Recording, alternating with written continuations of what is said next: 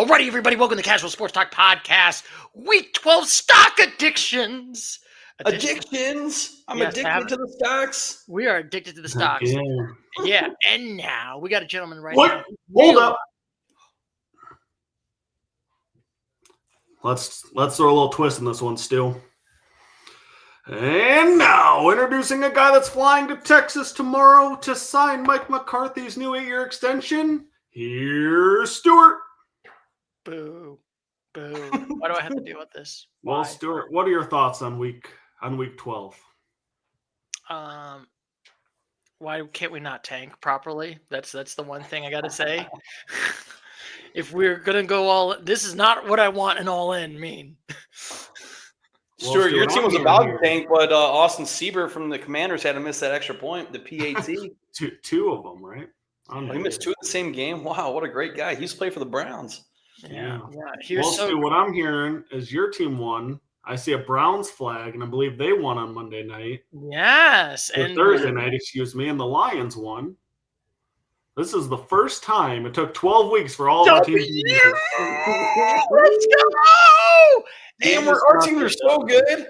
And as always, we got Christopher right over here who realizes that Christmas does come early. Here's Chris. Woo! It'll come early if we can win the week of Christmas. Who are we even playing that week? Let's see. Browns play. Oh man, the Browns play the Dolphins that Sunday night. Oh, yeah. That's the Christmas miracle. That's the Sunday after Christmas.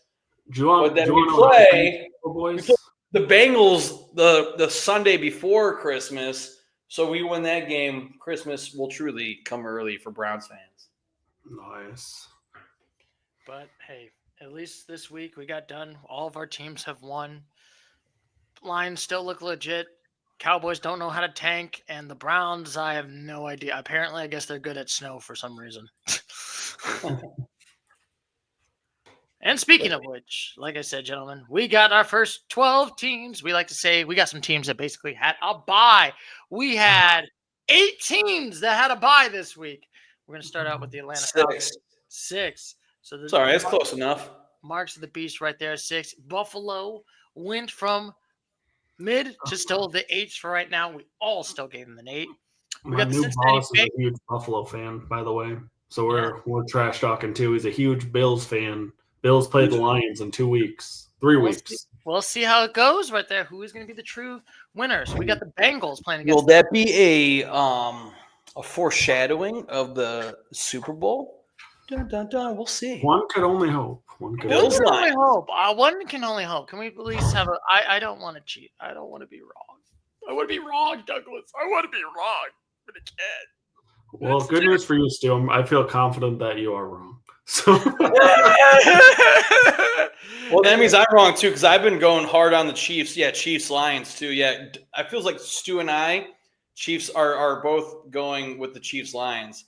I'm hoping that Stu and I are equally incorrect. Let's go Bills. Let's go Bills. Let's go Bills. Bills Mafia. Yes, we got the Bengals still being at 3s and then 4s. The Jaguars absolutely being an absolute toilet this year. And we can still laugh that Doug Peterson will probably get fired by the end of the year. And then we got the New Orleans Saints, who are still bad. 3s all around. And just remember. And now we got the JETX Jets still being SUCK. Suck. Yeah. That will never get old. That will never get old. And now we got our first week right now. We got the Pittsburgh Steelers losing to the Cleveland Browns, 19-24. Oh my God. They didn't even have one game that's close besides the last touchdown. My God. I can't believe Nick Chubb won that game. Who called it, gentlemen? I told you going into this one. Felt like a Browns victory.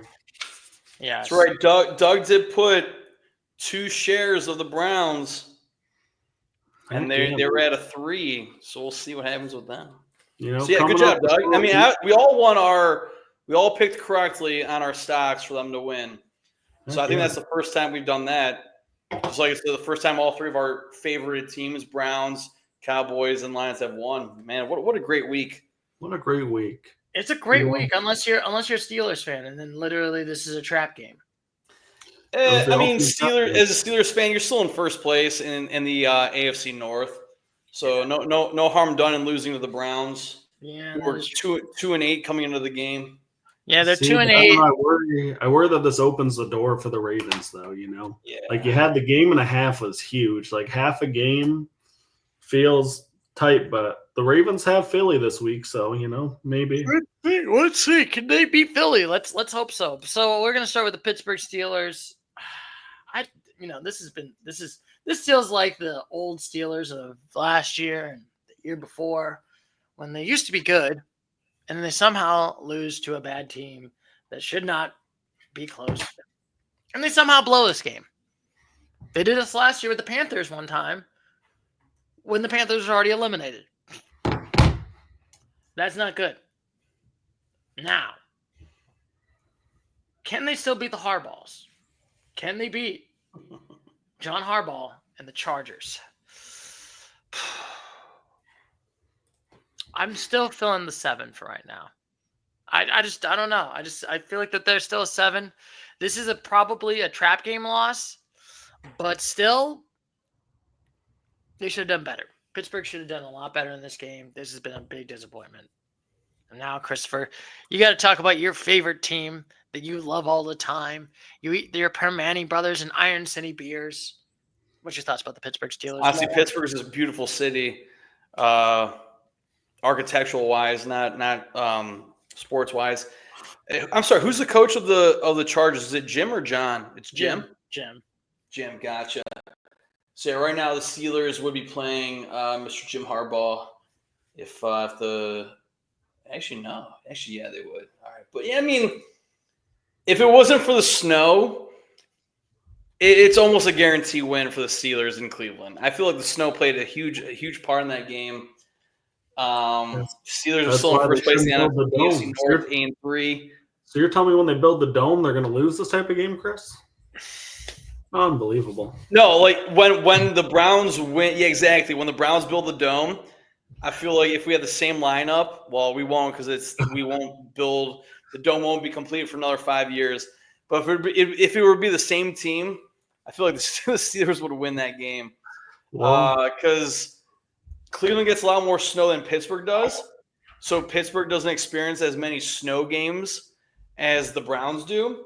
So if it wasn't for the weather, I feel like the Browns should have and would have lost this game. But as I always mention, a loss is a loss, a win is a win. Steelers, man, yeah. It's tough because the Chargers are looking good, even though they lost the Ravens. They were 7-3 coming into this game. The Chargers, into this week, the Chargers were.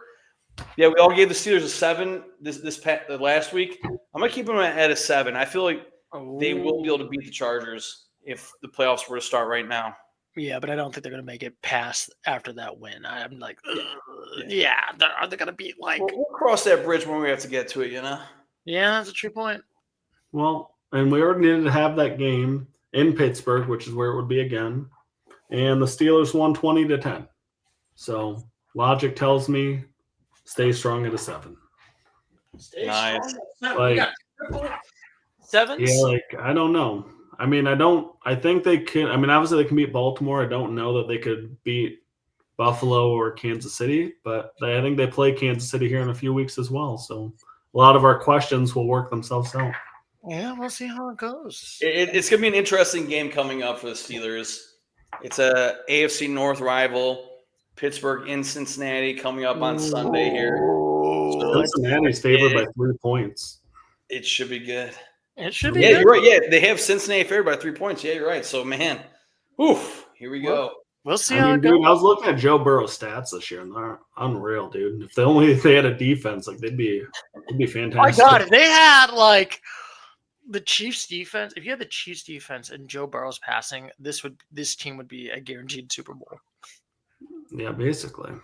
Yeah, and now we got to talk about the Brownies, who. Fortunately we got rid of the Clownies because you did beat Pittsburgh, so we sorry, Christopher. We had to go back to the Browns instead of the Clowns. I'm Oh sorry. no, don't apologize. I'll gladly accept that. Yeah. So I guess we'll start with you, Christopher. So they're now.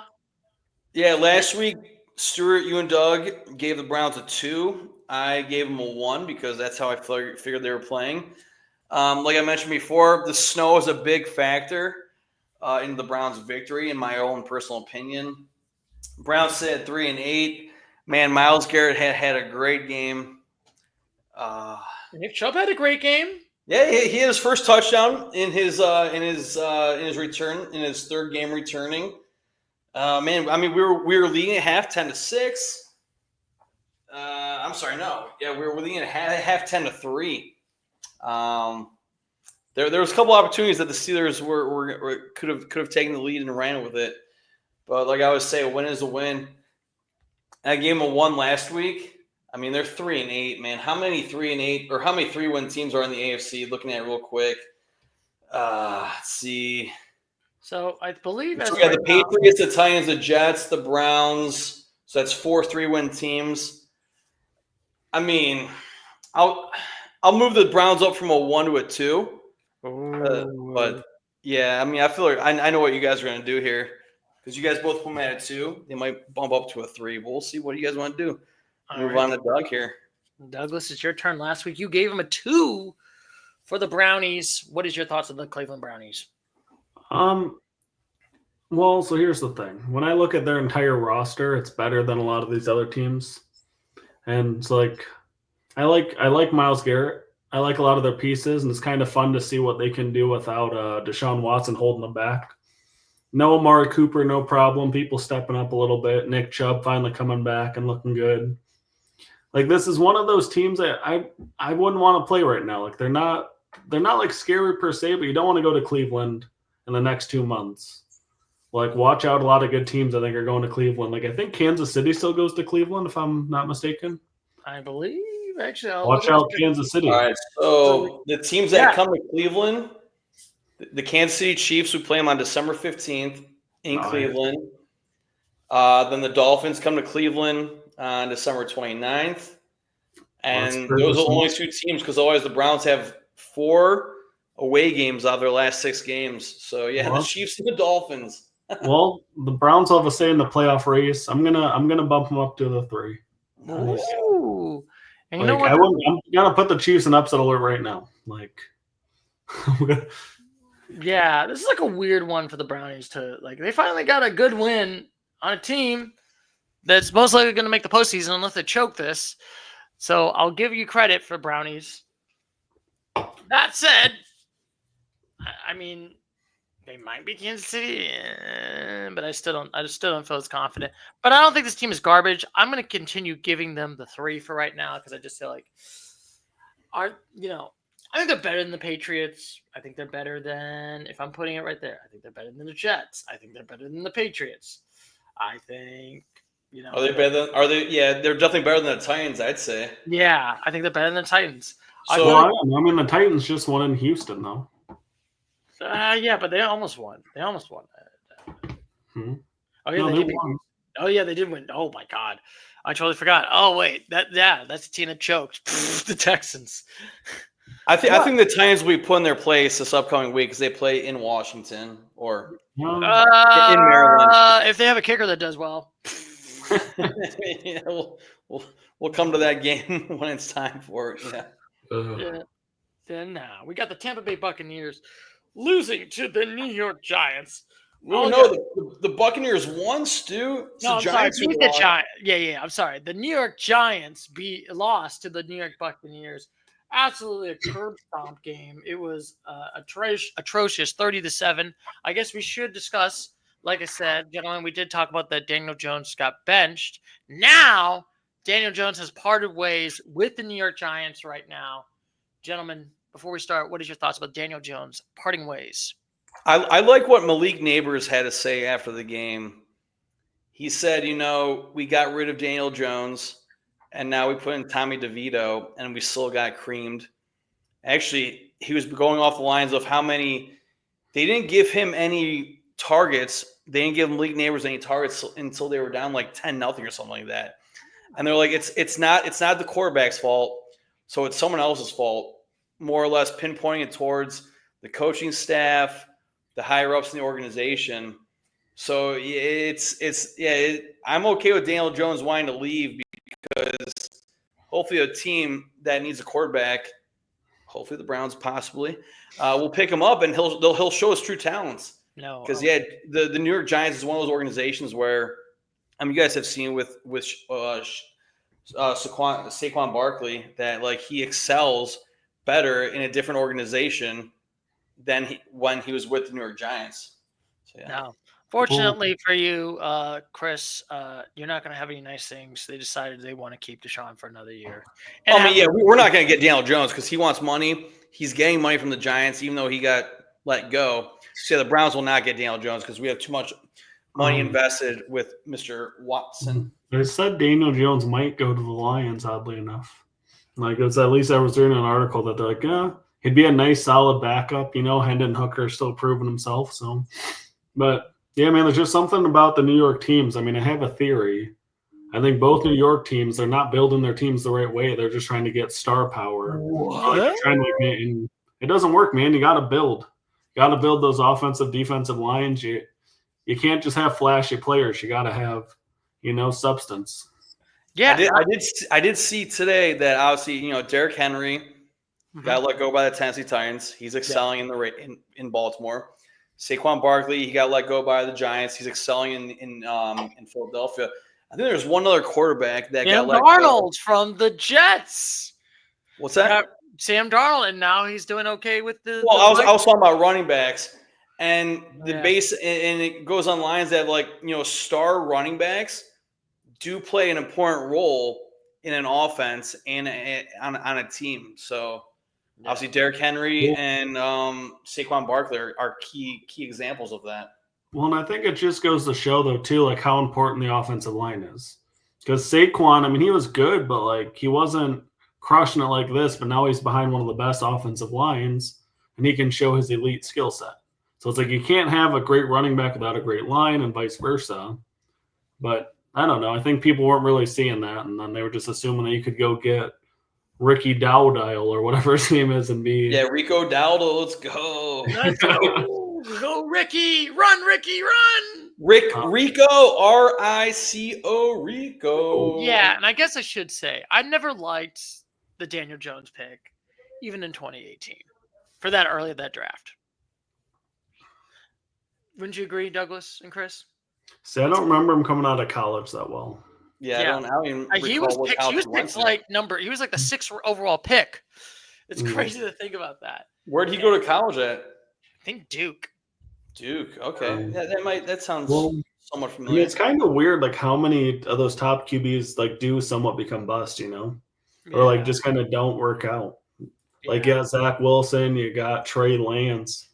Were they in the same draft and now they're both just backups? Yeah, at this point, there's a lot.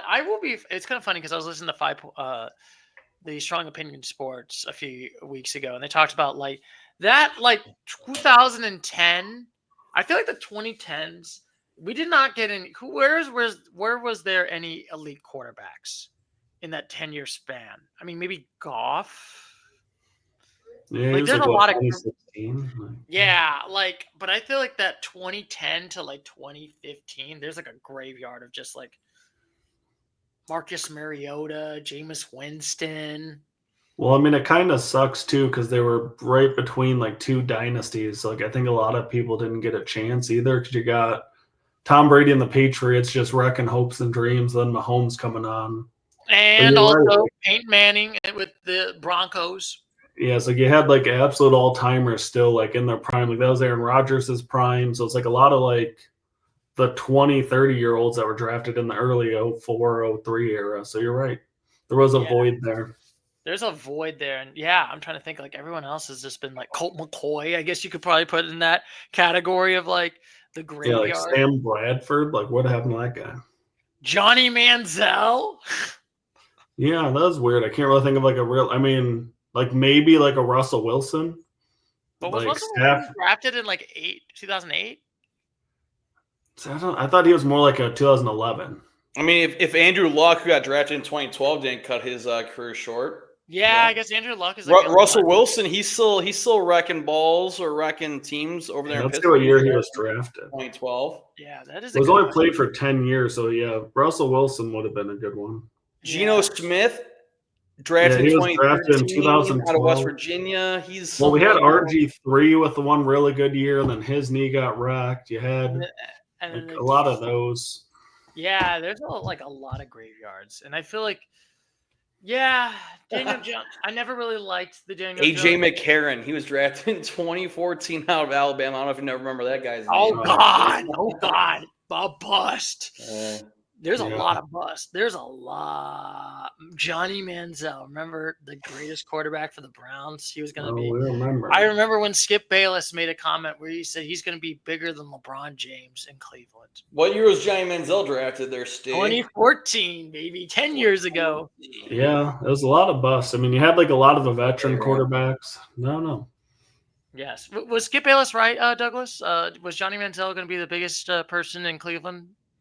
Bigger than LeBron James, I remember that. Everyone's saying that. Everyone's having the Money Manziel sign. Everyone was doing that. They were winning Super Bowl. I will say, I think the Browns helped you out, man, because Jerry wanted Manziel.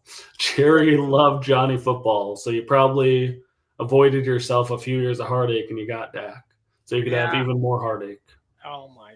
All right, wait a minute. Dak is at least decent. Johnny Manziel was a bust. He's all right, Stu. I mean, he's all right. Yeah. I mean, Dak was drafted in 2016, so that's out of our categories here. Yeah, but he was never number 1. He was a number 4 overall pick. Oh yeah, I mean, he was drafted. Let's see, 2016. Yeah, he was drafted in the 8th round. Yeah. Well, Jared Goff was a 2016er as well. Yeah. But anyway, I mean, you also had Matt Ryan's and even Kirk Cousins was kind of he was drafted the same year as RG3, so he'd be a 2012er. So you don't really have any of those high end guys though, except for an Andrew Luck. Yeah, and like I said, the Colts ruined his NFL career. I mean, going back to our theory about having a good line, you gotta build in the trenches. Yeah, that's right. But now I guess we'll start with you, Douglas. With the Giants losing with Tommy DeVito. I always have to feel since he's Italian, I got to do that. You know what I mean? Yeah, Baker did it well. Tommy DeVito. Baker did it well. Where's my pasta? So we all gave the Giants a 1 last week, so they lost by 23. This should be quick and easy, guys. Keep it easy, Stu. One away. This team's a disaster. I know. I mean, first of all, okay, and I guess I'll start with it. First of all, we lose Daniel Jones. Granted, he wasn't that good of a quarterback. He only had one maybe good year to a mediocre Vikings team, and then he became wash and trash. See, but I don't think he's I think I agree with Chris, though. I think in the right organization, there's still hope for Danny Dimes. I mean, that's true. I mean, look at Baker Mayfield. He was give him to the Raiders. Actually, well, the Raiders don't really have a good organization, but they need a quarterback. Yeah, they really don't have much of anything going on. And I feel like a lot of those teams are going to go. They're not going to. Daniel Jones is probably going to be a backup, or I feel like there's probably 11 or 10 teams that I can think of that probably need a quarterback right now. And I will be honest with you, I'm not impressed with the quarterback class of this year. I don't think anybody is, Stu. It's when I was reading the draft mocks, pretty much this whole draft is weak. So yeah, that sounds there's not really a lot of premium talent. They said this year compared to other years, it's about half as many elite guys as usual. I mean, if you're the Giants, you get the number 1 overall pick, you should either go Cam Ward, and I mean, I'm not sure what people see in Shedeur Sanders, but Shedeur Sanders is going to be the number 1. You get Mr. Sanders in there as head coach. Do you know what I do, Stu? Do you know what I do if I'm the Giants? And this might be silly, but I trade back and I go get Quinn Ewers in 2nd round or something. Get Quinn Ewers. I don't know. I don't think either of the top guys are worth it. No, I don't think so. And that's why I think they're going to be a 1. I think, this is a good question. Is the Giants going to be a 1 next year? Are they going to be this bad? Depends on who they draft. Yeah, I mean, it's looking like it, though. I mean, they're going to go back to absolute bare bones. The There's not much to be excited about other than league neighbors right now. Yeah, like All right, quick and easy for me since you gave one. I mean, and like I mentioned, yeah, easy one. we got the triple ones, and it's so funny because we're not even talking about this game where they actually got blown out really badly. I mean, there's nothing really to say about this game. It was just like, oh, I got their butts whooped. That's basically what I'd say. Nobody's surprised. Let's be honest. You're not surprised. I'm not surprised. If I told you last week that this is the score, none of us would be surprised. Nope. I mean, would you be surprised if we told you that the Giants would have a deficit of 30-0 going in the fourth quarter? No. That's exactly what happened. Something else I wouldn't be surprised on if this Giants team ruins the Cowboys' Thanksgiving stew. No. Yes. First of all, Giants DeVito versus Cooper Rush. I mean, oh my! DeVito crushes Rush. Gentlemen, in honor of your name trio, one of my favorite podcasts, it is not a Thanksgiving when we watch that game. It is a Thanksgiving. Ooh, I like it. Take the H out of there. Yeah, we're tanking, baby.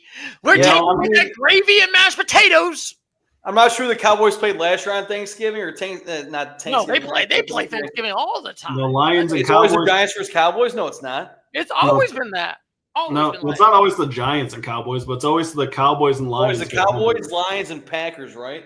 No, it's always Lions. It's always the Cowboys, and then there's always like one other random team. Yeah, the Cowboys. Anyways, I wonder viewership-wise, how many people tuned in last year for the Cowboys game compared to what's going to happen, in 2 days from now. So something I will say, and something everybody I talked to in Dallas said is, no matter how bad they are, for some reason that is like an oddly loyal fan base. So like they show up and they go hard. And I mean, I respect it. I respect it. Still, we've seen Detroit and down here still showing up. Yeah, I mean, come on. You had to deal with the 08 season. You had to deal with Matt Patricia as a coach. Do you know what I take pride in, Stu? Do you want to know something I take pride in? Yes. I watched every single game of that 08 season. Oh my God.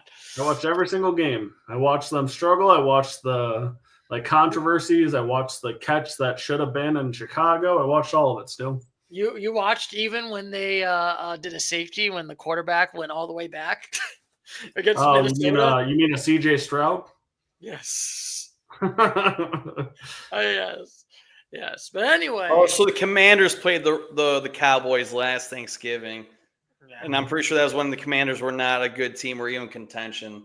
Yeah. I don't see the scores, but I'm just looking up what the schedule was last year. I said, we don't need to talk about the scores last year. Let's focus on what this week's outcomes were. Yes, like the Buccaneers just So absolutely. last week we all gave the Buccaneers a 4. That is a good question. They did beat a garbage Giants by 30. And right now they're in 9th in the NFC. That's a good question. We're going to start with myself. So we gave them 4s. Are they a 5? Are they close enough to give them a 5? No, because you played against the Giants who are garbage and you literally got rid of Johnny DeVito. I'm sorry. They're still a 4. Let's be honest. I disagree, Steve. You can write me down for a 5. Like, this is the most classic. I'm going to give them a 5 as well. What? Like, Steve, this looks like a team. A lot of people think that they'll still somehow pass the Falcons in that division, and I can't say that I think they're wrong. I mean, granted, I just don't. I mean, granted, if the Falcons just look absolutely atrocious right now. Well, the Falcons had a bye week. I wish they would have played because then we could really talk about it. But the Buccaneers, where they're playing at right now, they're one game out of the division, and the Falcons are in first place. So that means they're 5. They're just barely missing the playoffs, and they can easily run away with the NFC South.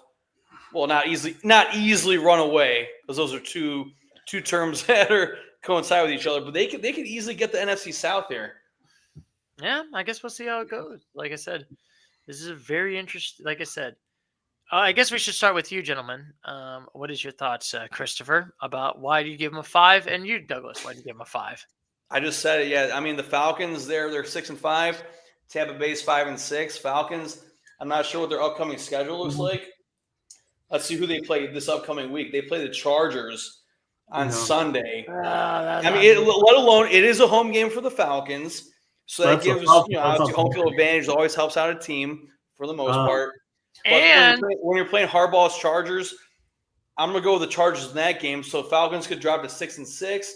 The Buccaneers, they play. Let's see here. Honestly, they got an easy schedule. They got a Panthers. They got the Raiders. Panthers.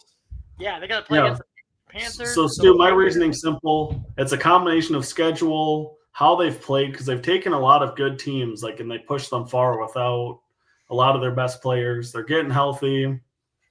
And, I mean, Baker's shown what he can do. So yeah, you know what? Baker's not wrong. But like I said, I just think it's just because of the Giants. I'm not going to. And plus, I mean, they won, and Mike Evans, who's one of the best wide receivers before he got injured a few weeks ago, he didn't really contribute to that game. Well, I know you're playing the Giants, but Baker Mayfield was really Bucky Irving, rookie running back, who did a lot of the workhorse.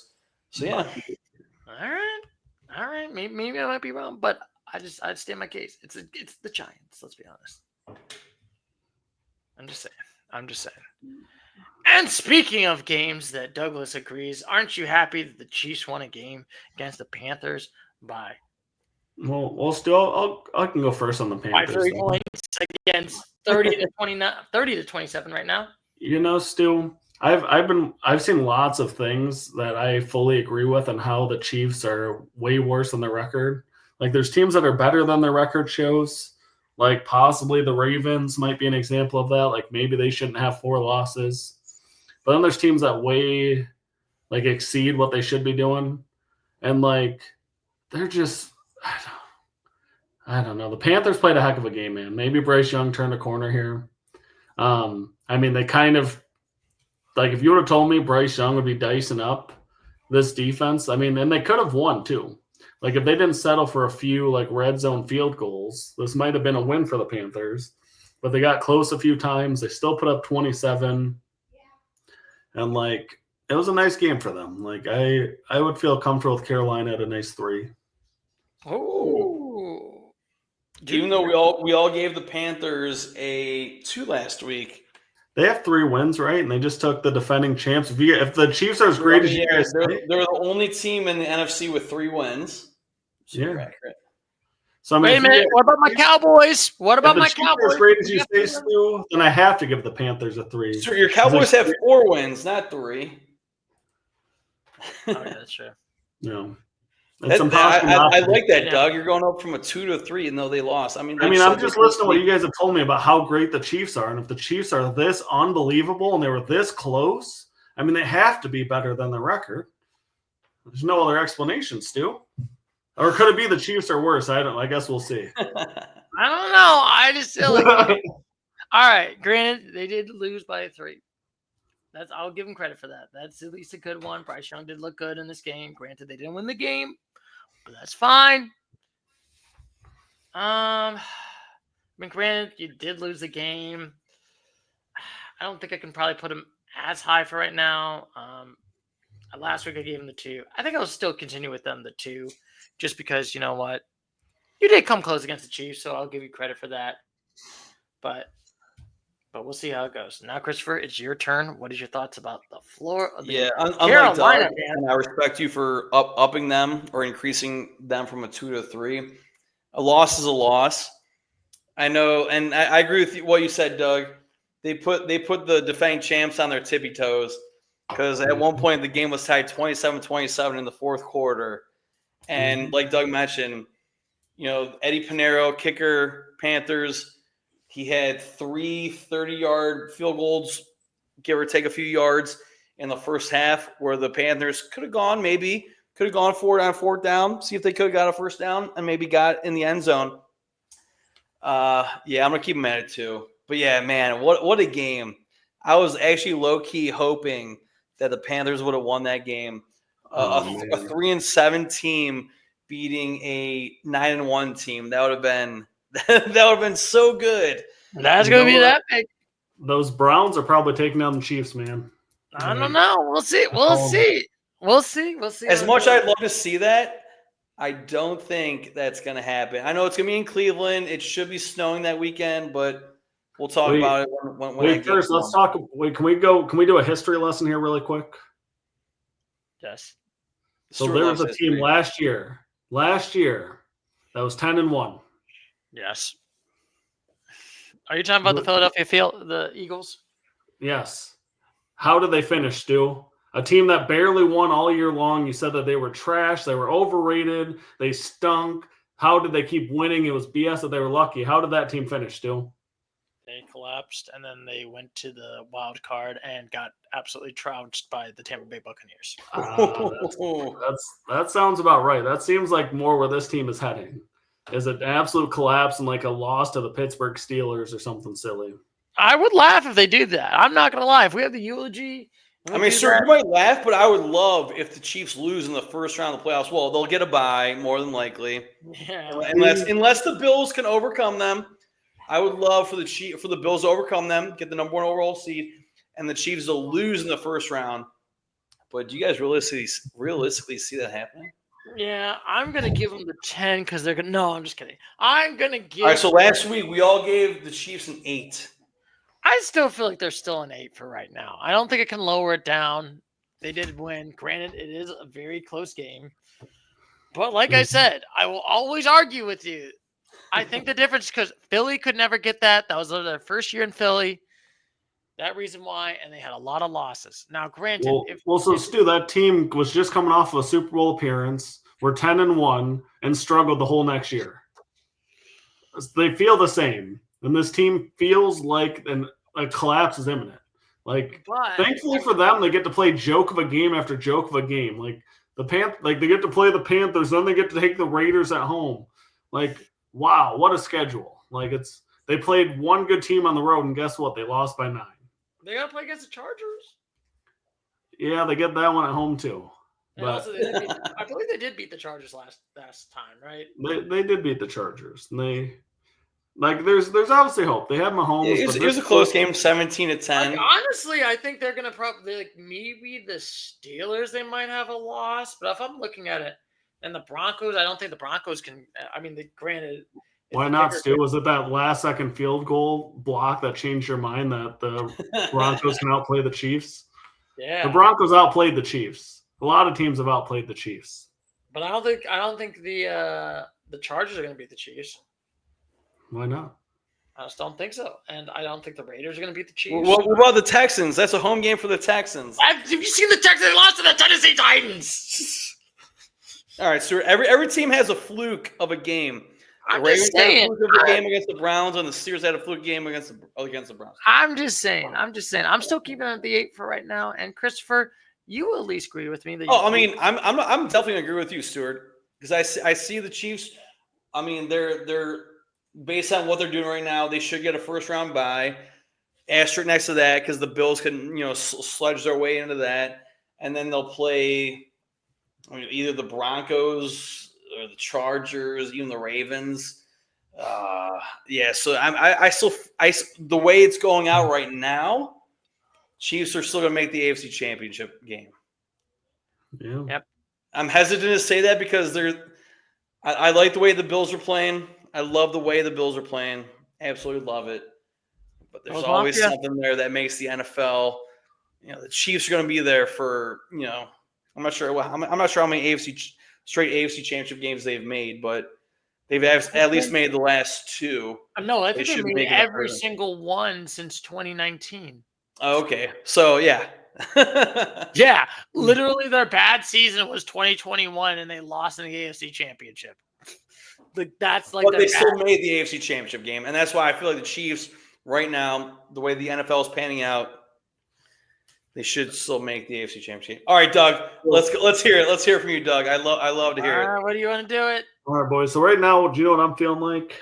Don't you dare get. Have you guys? What's that movie where the entire stock market crashes and people are trying to warn people early about its absolute collapse coming, and people are like, no, it'll never collapse. It's the stock market. It always booms. And then everybody goes broke and loses their houses because they didn't see the obvious signs are right in front of them. That's how this feels for me, Stu. This team, you said it was a guaranteed win over the Chargers, Broncos, or Steelers or whatever in the playoffs. And I'm like, dude, all of those sound like games that Kansas City would struggle with. Like they might win, but none of them I'm like, yes, absolutely. Like every single one of those games, I would be like, if the Chiefs are at home, sure, but like. But I mean, let's be honest. I think they're going to be at least number 1 or number 2, and they're going to be all home games. See, and that's all fair, but like at some point you got to have an explosive play. At some point, like their defense is kind of getting worse. Like they just let Bryce Young put up 27. Like they're giving up a lot of points. The only thing they've going for them is they convert a lot of the third downs. They're like highest in the league on third downs. But this feels so much like Philadelphia's team last year. Like I almost think it's more likely than not that this team loses in the first or second round. Wow. But, I mean, they won. I'm going to keep them at 8. Okay. I'm not going to completely disrespect them, but I think it's going to be so fun when this team ultimately loses to the Broncos and like Bo Nix gets to be the savior of like, it's just going to be something like that. Like this team, some teams just aren't destined to win the Super Bowl. And this team Bo Nix is the next John Elway, and he is going to have America in the palm of his hands when he beats the Chiefs. Oh my goodness, man! Like I might anoint them America's team when they take out Mahomes. I'm sorry. No. How dare you? Sir, you really love the Chiefs. And like Doug and I, well, Doug more than me, but I would equally as like to see the Chiefs lose. I want the Chiefs to lose. I'm not trying to say like. So Stu, last year, the roles were flipped, and I was the one defending Philly, and you let your bias take over that one, and you were right. They collapsed. And I was right. And I said exactly. So, but for the Chiefs, you can't see the warning signs. Like, did Taylor Swift give you a talking to? What happens, Stu? Yes. The Swifties are right behind me, right over there. They're telling me, you better be nice to Travis Kelce. This is gonna suck when the Chiefs win the Super Bowl. And you guys are just gonna like have a montage of me smack talking this team. Yes, I literally go back. I'm gonna have to find a Chiefs flag and hang it instead of a Browns flag over here. Like they'll probably shut out the Lions somehow, like 52-0, and just like, yep. All right. How would you feel that actually did happen, Douglas? Stu, at this point, get to it, all right. Yeah. At this point, though, anything less than a Lions Super Bowl almost feels like a disappointment. Like that's how dominant they've been to me. That's a very confident statement, but also one that I feel I stand by. I will always say this: you're an uncharted. I hope I can remember what I'm thinking when we talk about the Lions game. My friends and I, like I said, we went to a bar restaurant before we started this podcast. I'll say it right now: we were talking about the Lions. And we all agreed that the Lions should not lose another game this entire season, so they should finish 16-1. But I'll digress. Let's go to our next matchup. Yeah, so we got to go to our great matchup. And why did the Cowboys win another game? We don't know how to tank. I guess. Good thing we're going to talk about the Commanders instead of the Cowboys. Yeah, so the Commanders lost to the Cowboys 34-26. The kicker cannot kick 2 extra points, apparently, in this game. And they were at 1 point tied. Actually, we're behind by 1, and then they try to hit the onside kick, and then Jameer Thomas decided to just say, nope, I'm going to run for a touchdown. Stu, what were you thinking when Jaden Daniels and McLaurin hit that touchdown? What was your thought? Like, I was dying because you already basically said, wow, the Cowboys won. And then they hit that play. I was so pissed. I was like, oh, this is how we're going to lose. This is how we choke. I thought they were going to go for 2, in all honesty. After the first missed extra point, I'm like, dude, they're going to go for 2 and try to win it right here. And they didn't. I'm honestly tempted to just have the thumbnail, gentlemen, to just be the Commanders kicker's face after the loss. Yeah, Doug, I do see where he missed 2 PATs. There was one in the third quarter, which made it 9-3 instead of 10-3, and then obviously we all know what happened in the fourth quarter to make it instead of 27-27, 27-26. Yeah, I see where he missed 2 PATs. Yeah, what a shame, man. Because that was a fun game. Like that would have been a fun one to go to overtime too. I wanted to go to overtime, but apparently the kicker decided. I'm sorry, Sue. You did not want this game to go overtime. No, I wanted this game to be a loss. Okay, your Cowboys were lost. A tank. We're supposed to tank. Darn it! Why did we not tank? Jane Daniels 2 touchdowns, but also 2 interceptions. Well, I think that this is more. So I was looking a cool thing that ESPN had is they have like each team's ranking on offense, defense, and special teams. And they had the Commanders as like the 29th ranked defense, which makes a lot of sense because this Cowboys offense has looked dead in the water, and they put up 34. They make Like Rush. Like this was Cooper Rush. I mean, granted, like some of the points are like those weird kickoffs. Like, dude, that Tolbert spin was nasty. Did you guys see that? Oh yeah, and also when he fumbled it, then ran. Yeah, he fumbled it and then did like a spin move. Oh my goodness, that was one of the best kickoff returns I've ever seen. Like he had frozen entire defense. It was awesome. It literally went to like an Xbox Live game, and then literally the defense just like had their controllers like could not move, and then he just did a spin move.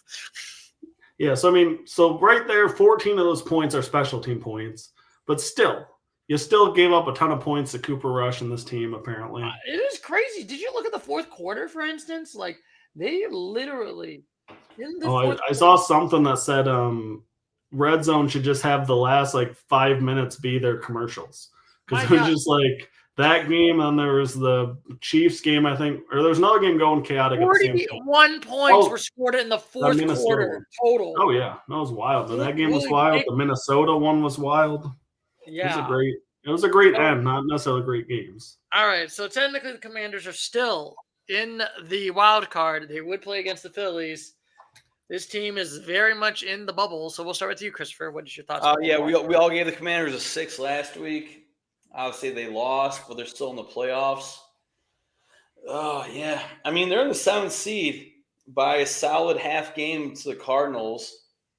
Because Commanders, they should have the bye week this week. I don't know if they do. Let's see here. They are going to play. So the rest of there's no bye week this upcoming week, or no teams that have a bye week. Play against the Commanders played home against the good old Tennessee Titans in honor of, not in honor of anyone, but in charge of Will Levis. I don't see the Commanders losing that game, so they should be 8-5, which will increase let's be honest, you didn't think they were going to lose to the Cowboys. Yeah, no one really saw that happening. Yeah. Commanders, I feel like they'll still make the playoffs because I don't know. That's a division that will have 2 teams making the playoffs.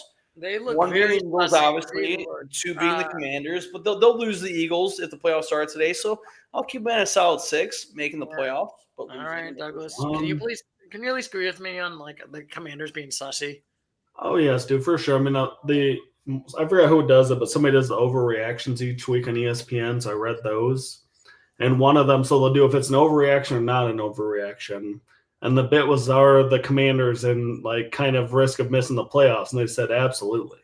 Their defense is sus. Jaden Daniels is kind of hitting a weird freshman slump.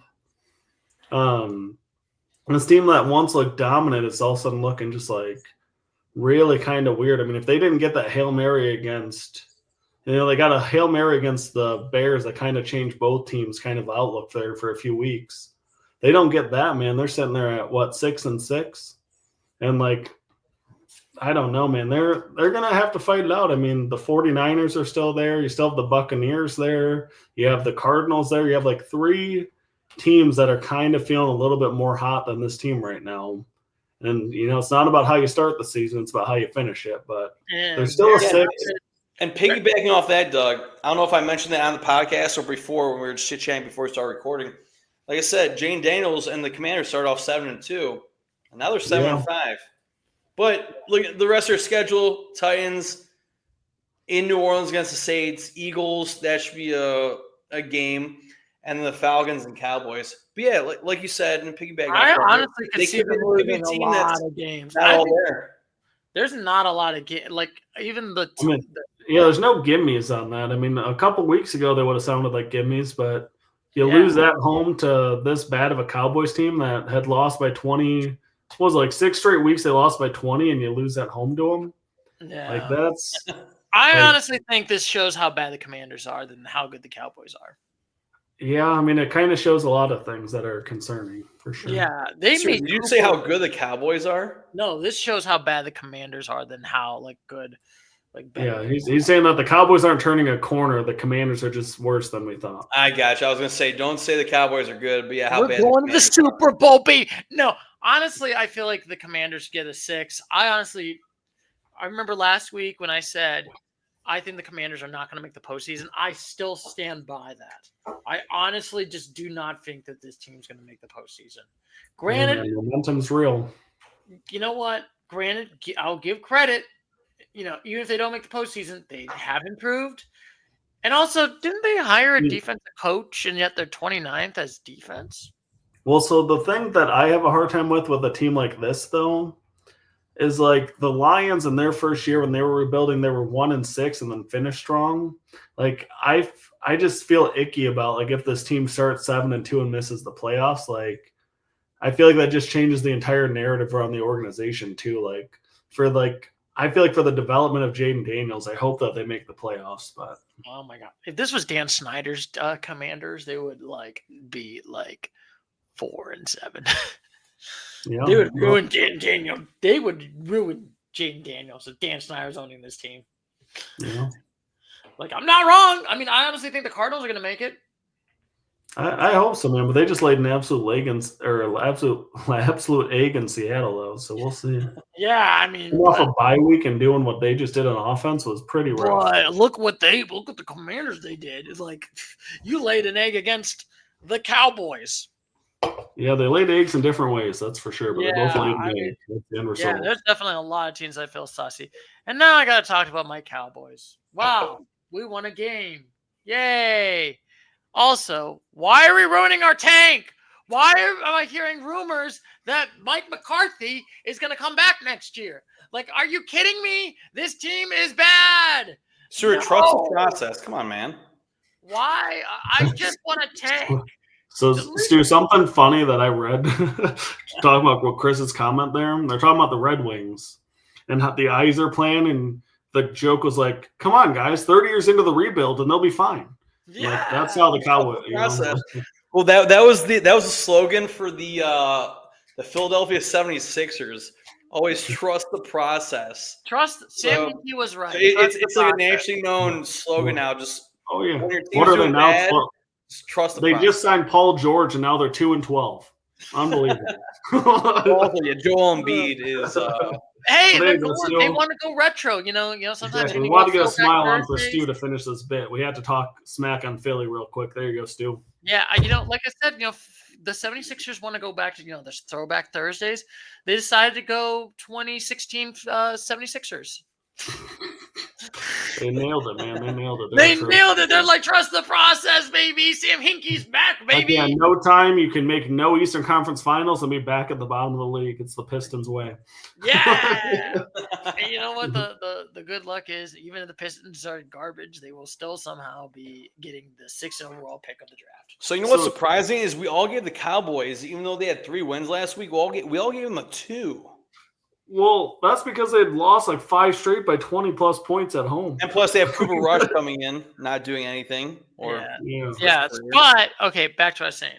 Well, the tides have turned here. The tides have turned. They did beat a team that's in the playoffs.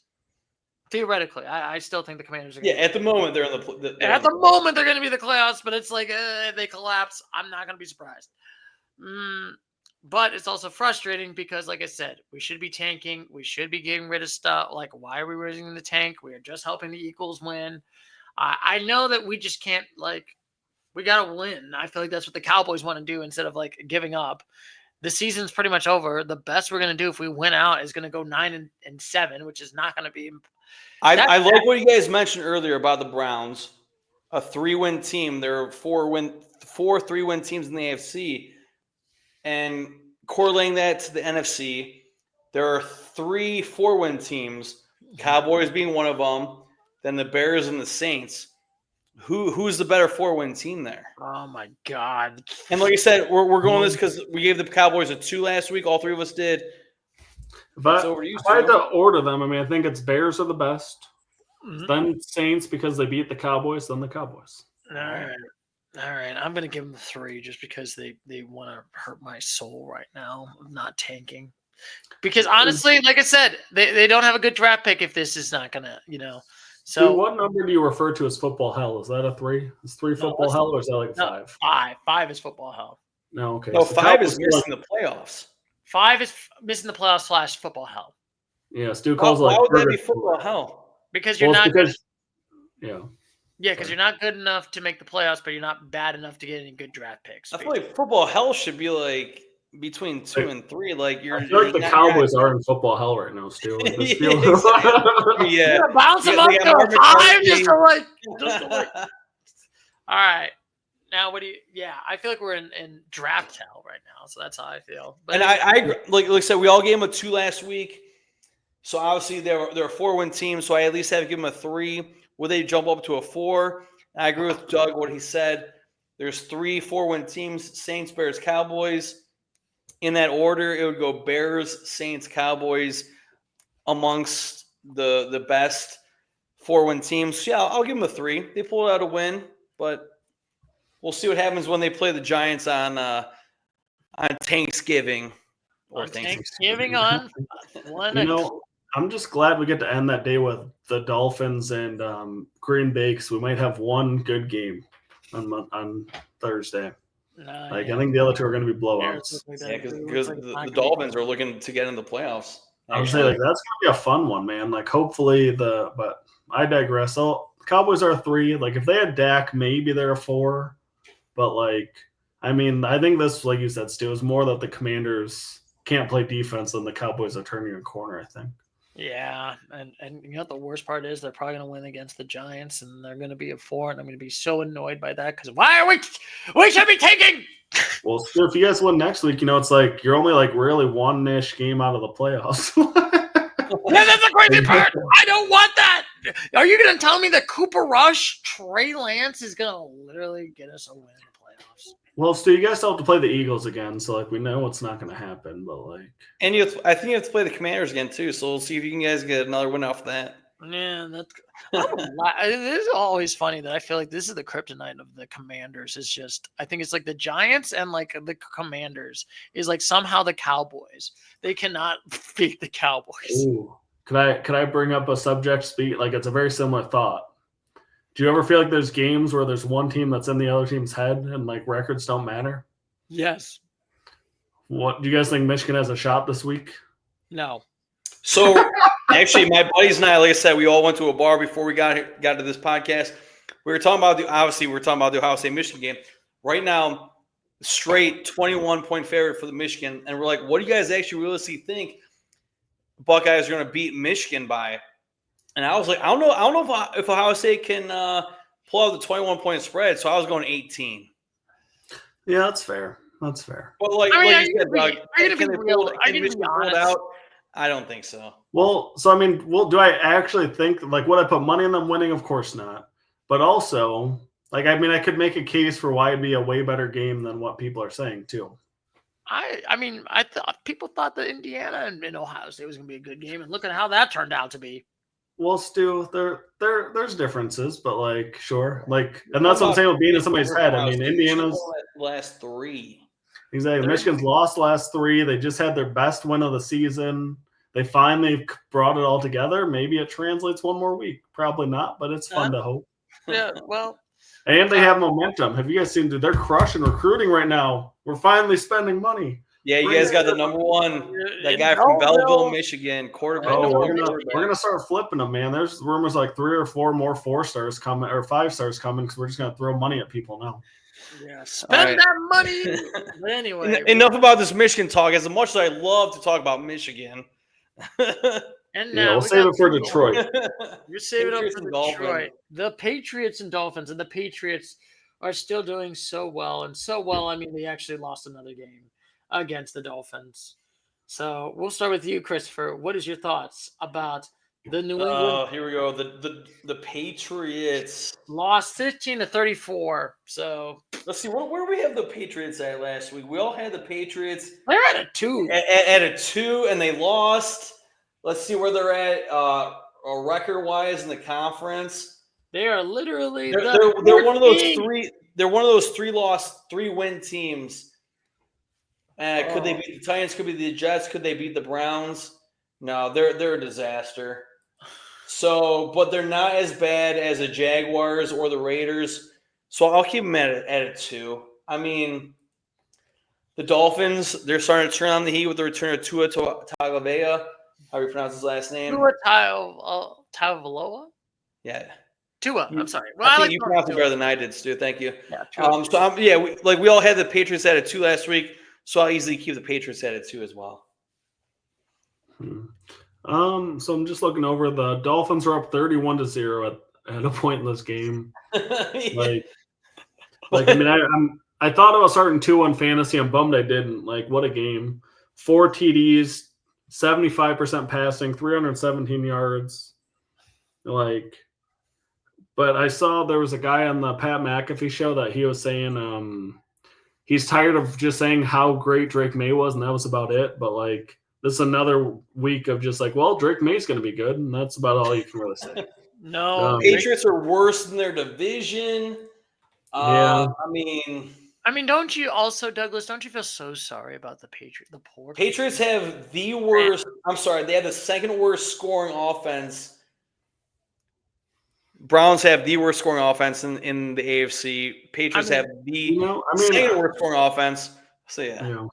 Don't you? Drake May had another nice game, 222 yards, touchdown, interception. But Stu, to answer your question as well, I think I'm at a point where it's starting to feel sad. I would be okay with the Patriots. I don't want them to win a Super Bowl, but I'd be okay with the Patriots not being this awful. It's been 5 years since they've been relevant. 5 years of futility. I'm kind of all right. I'd like people to fear playing New England again. I feel I want that to be a fun game, the Boston Outdoor Stadium, but they feel so irrelevant right now. It's kind of oh my god, kind of a bummer to not have Boston win everything, Stu. Right? I know. Don't you feel so sad for these? I just gotta say, the Bruins, the Celtics. Oh, not the Patriots. Feel bad for my nephews. My nephews, and their 3-year-old and 1-year-old life has never seen the New England Patriots been absolutely dynasty. Well, good, because they have Patrick Mahomes right now. So Stu, in about 10 years, when the Lions coming up that they can remember. Yeah, Stu, in about 10 years when they start watching football, you guys are going to have a lot of very heated debates about Tom Brady versus Mahomes. And do you know what you're going to say? Brady beat Mahomes twice in the playoffs, once in the Super Bowl. Yeah. That's all you have to say. Yeah. They played in the Super Bowl, and Tom Brady's team destroyed Patrick Mahomes' team. 41-year-old, mind you.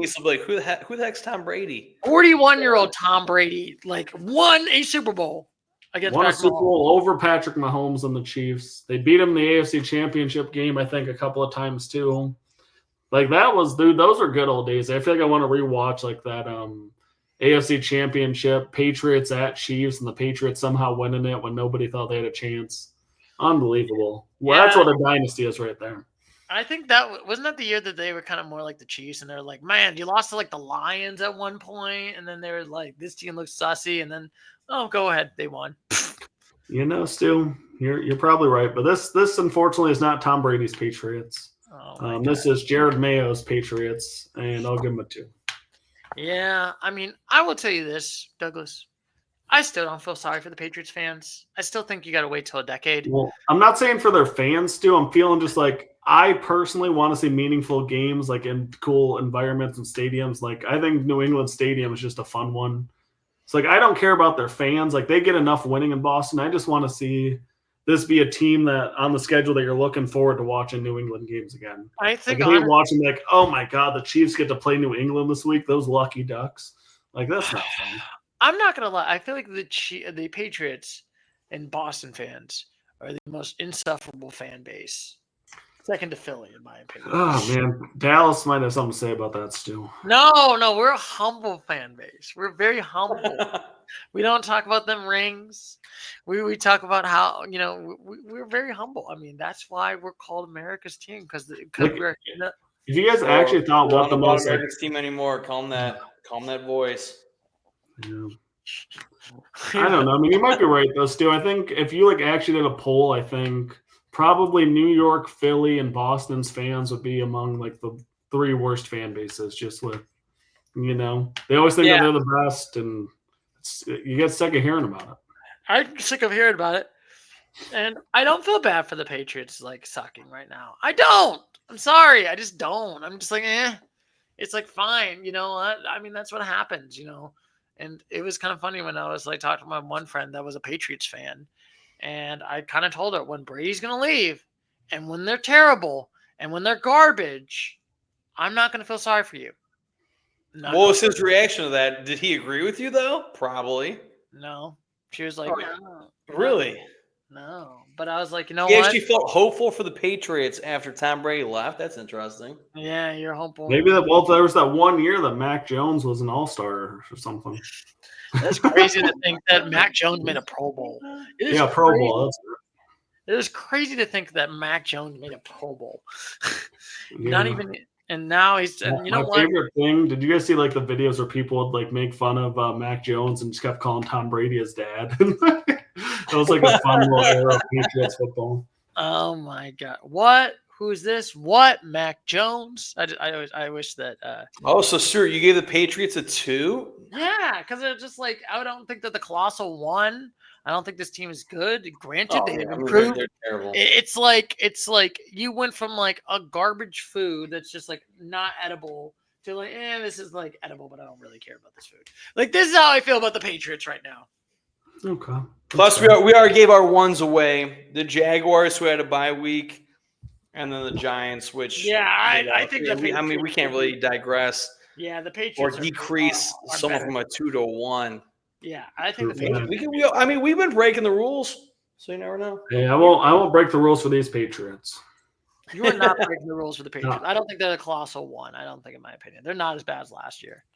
And now, speaking of teams that are doing a lot better, And the Dolphins, we all gave the Dolphins a 4 last week. yes, this is interesting. And in our sports betting odds, we all were like, "Yeah, we're going to beat the Patriots." I mean, they're going to beat the Patriots. Well, yeah, in our stock options, we all took the Dolphins. So, We all took the Dolphins. That was an easy one. Let's be honest. That was like a so sometimes the team's just hot, you know. Like we could have taken the Commanders too, and we would have been wrong. Yeah.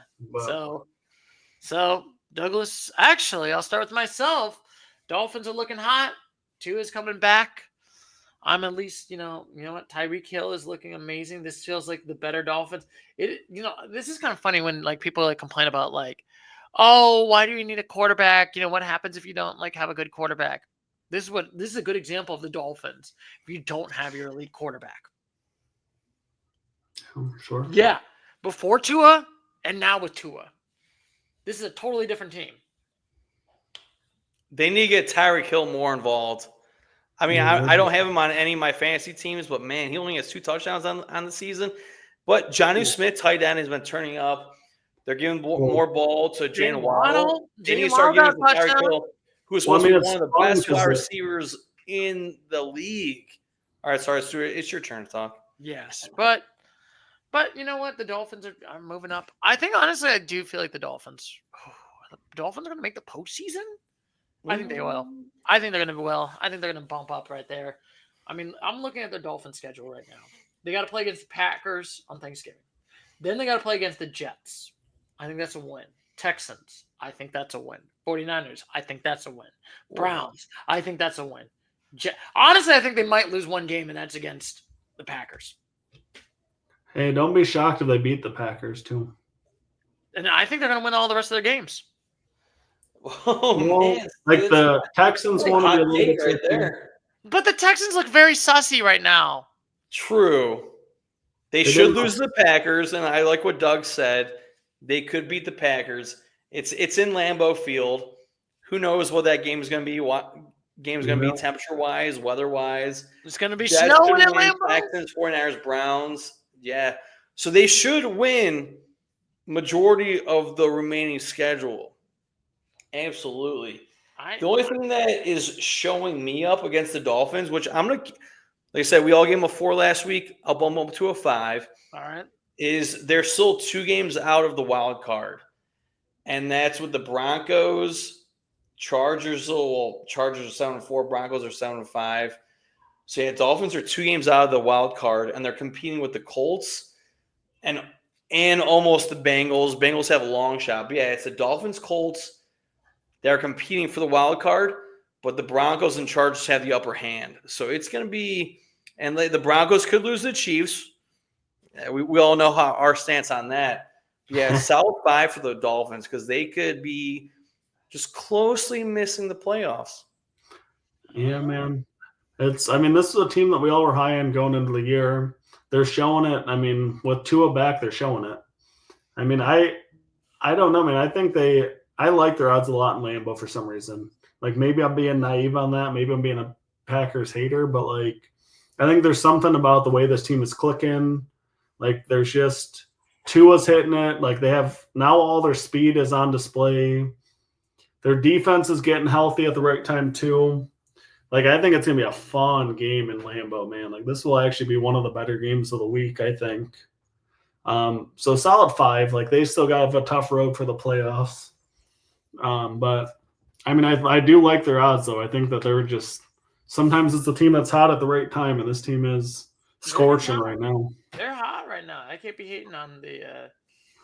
I was actually trying to look at what's the Green Bay weather forecast for Thanksgiving, just to kind of like look at the what is going to be. Is it going to snow? Is it not going to be bad? Like I said, I remember one time last year in January that Douglas, that you thought the Dolphins were going to beat the Chiefs. That was more about the Chiefs than anything, Stu. I'm just saying. I was a little bit disappointed. But if I'm looking at it this week, I looked at the weather forecast for Thanksgiving. It is going to be 32 degrees, but it looks like it's only going to be cloudy, but only 10, 15 miles an hour. Can the Dolphins do good at cold? That's the only thing. Yeah, man, we'll see. This will be a fun one for them. It will be a fun one. It's definitely going to be a fun one. I'm definitely looking forward to the Chiefs. That's probably my one favorite game. I'm definitely interested in. It's one of the things I'm thankful for. That's for sure. Yeah, I think that's probably like the only game I'm like interested in. The Bears Lions, I think that's going to be a blowout. I'm not impressed with the Bears right now, but we'll see. And now we got the Tennessee Titans beating up on the Houston Texans, 32-26 right now. Oh my God, we live in a world where the Texans have now lost a lot of games. They're still in the postseason, and oh my God. We'll start with you, Christopher. What are your thoughts about the Texans? That could be my. Right, let's see. I honestly think that could be the thumbnail video also. The Texas coach looking confused and bumbled about why this team is bad. Well, see, I'm not really worried about the Texans. I know you guys have mentioned that earlier that they might be, I don't know about failing is the word, but they might be fumbling up on here. But they're still going to be making the playoffs. Yes.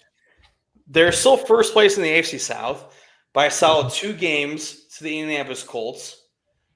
And that's the only contender in the AFC South. They would be playing at home against the Ravens.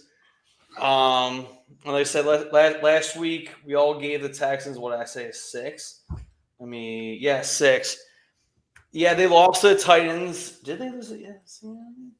Yeah, they lost to the Titans embarrassingly at home, which that should have been an easy win for the Texans. Don't get me wrong on that. Like I said, they're still going to make the playoffs. They'll lose in the first round, though. So, yeah, 6 for the Texans. I'm not going to move them down by any means. And then also, I should tell you this, gentlemen. The Texans have lost of the last 5 games. They only won 1 game, and it's against the Cowboys. Every other game was losing to the Jets by 8, blowing a 17-point lead against the Lions and losing to them, losing to the Titans. Like, it's not looking good. Well, so all the reasons Chris said, they're still a 6. Like, there's nobody in their division that's a legitimate threat to them. There are some reasons for concern, though, but, like, they're a playoff team. I was reading today that they're obviously a disappointment in a lot of ways. Like, they kind of went all in on this team, and they were talking about, like, C.J. Stroud's regressed a little bit from last year, and, like, they kind of gave some of the – well, yeah, and they gave some of the reasons to that, too. Like, defenses have adjusted. The offensive line hasn't been as good. Like, there's different things, but solid 6. Yeah, there's a solid 6, but like I said, C.J. Stroud's got 2 interceptions in this game, and Joe Mixon. Also, you did lose Stephon Diggs out for the year, so that does not help. That's not new news with Stephon Diggs out. That happened, 3 or 4 weeks ago? But still, that doesn't help. Yeah, but C.J. Stroud, you said 2 interceptions, 2 touchdowns, but let's focus on the 2 interceptions. Every player has their fluke game. Yeah. Every player has a down game. I'm sure he'll probably bounce back. I mean, I'm looking at like Joe Mixon has only gotten 22 yards, no touchdowns. True. I mean, Joe Mixon, when he separated from the Bengals and went to the Texans, he has not done well. He was better with the Bengals than he is with the Texans. Yeah. So I mean that's not anything different right there, I mean, granted, Nico Collins got a touchdown, so good for him. Go for him. But I'm definitely still going to keep him at the 6, but this is definitely like a sussy 6. Yeah.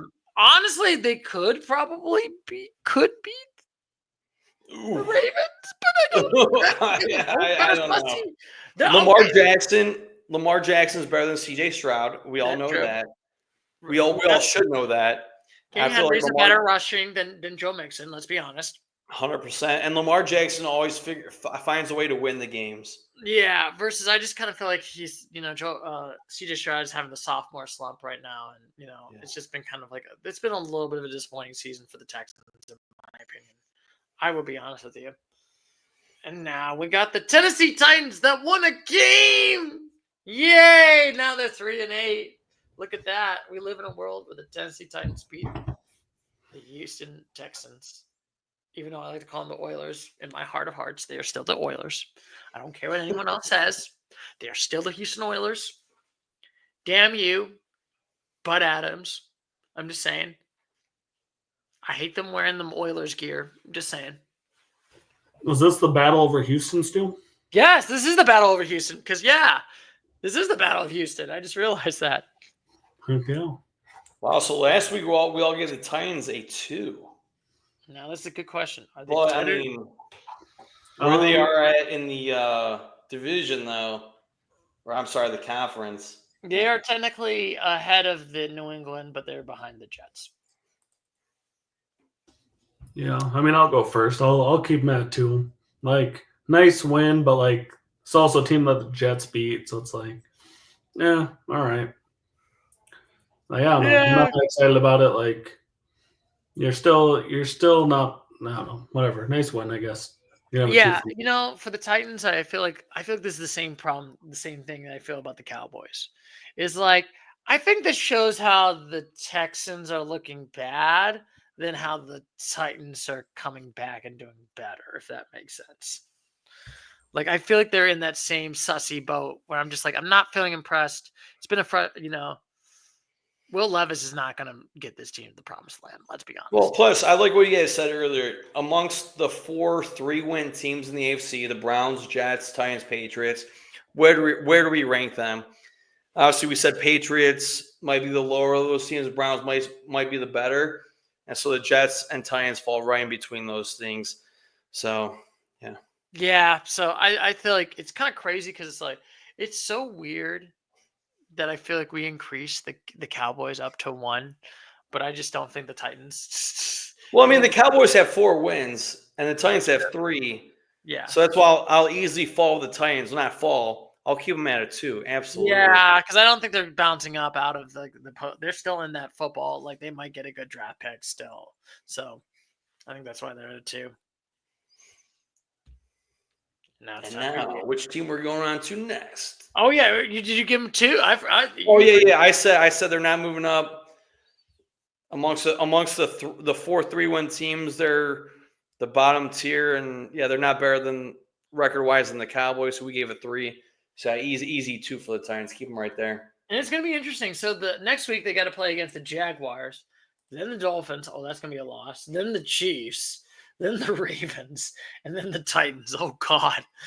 Is this team going to make the postseason? So, actually, the Titans play – you're probably thinking about the Texans next week. Titans play the Jaguars next week, but we're talking about the Titans right now. Yeah. Titans play the Commanders next week.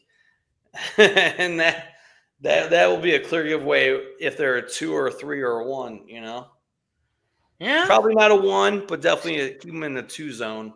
Yeah, they're definitely in that 2 zone. And now we got to talk about the Lions. Absolutely curb stomping. We'll talk about the Colts before we talk about the Lions. Yes, curb stomping the Colts. So we're going to start with Douglas. You're going to do the doubleheader. We'll start with you.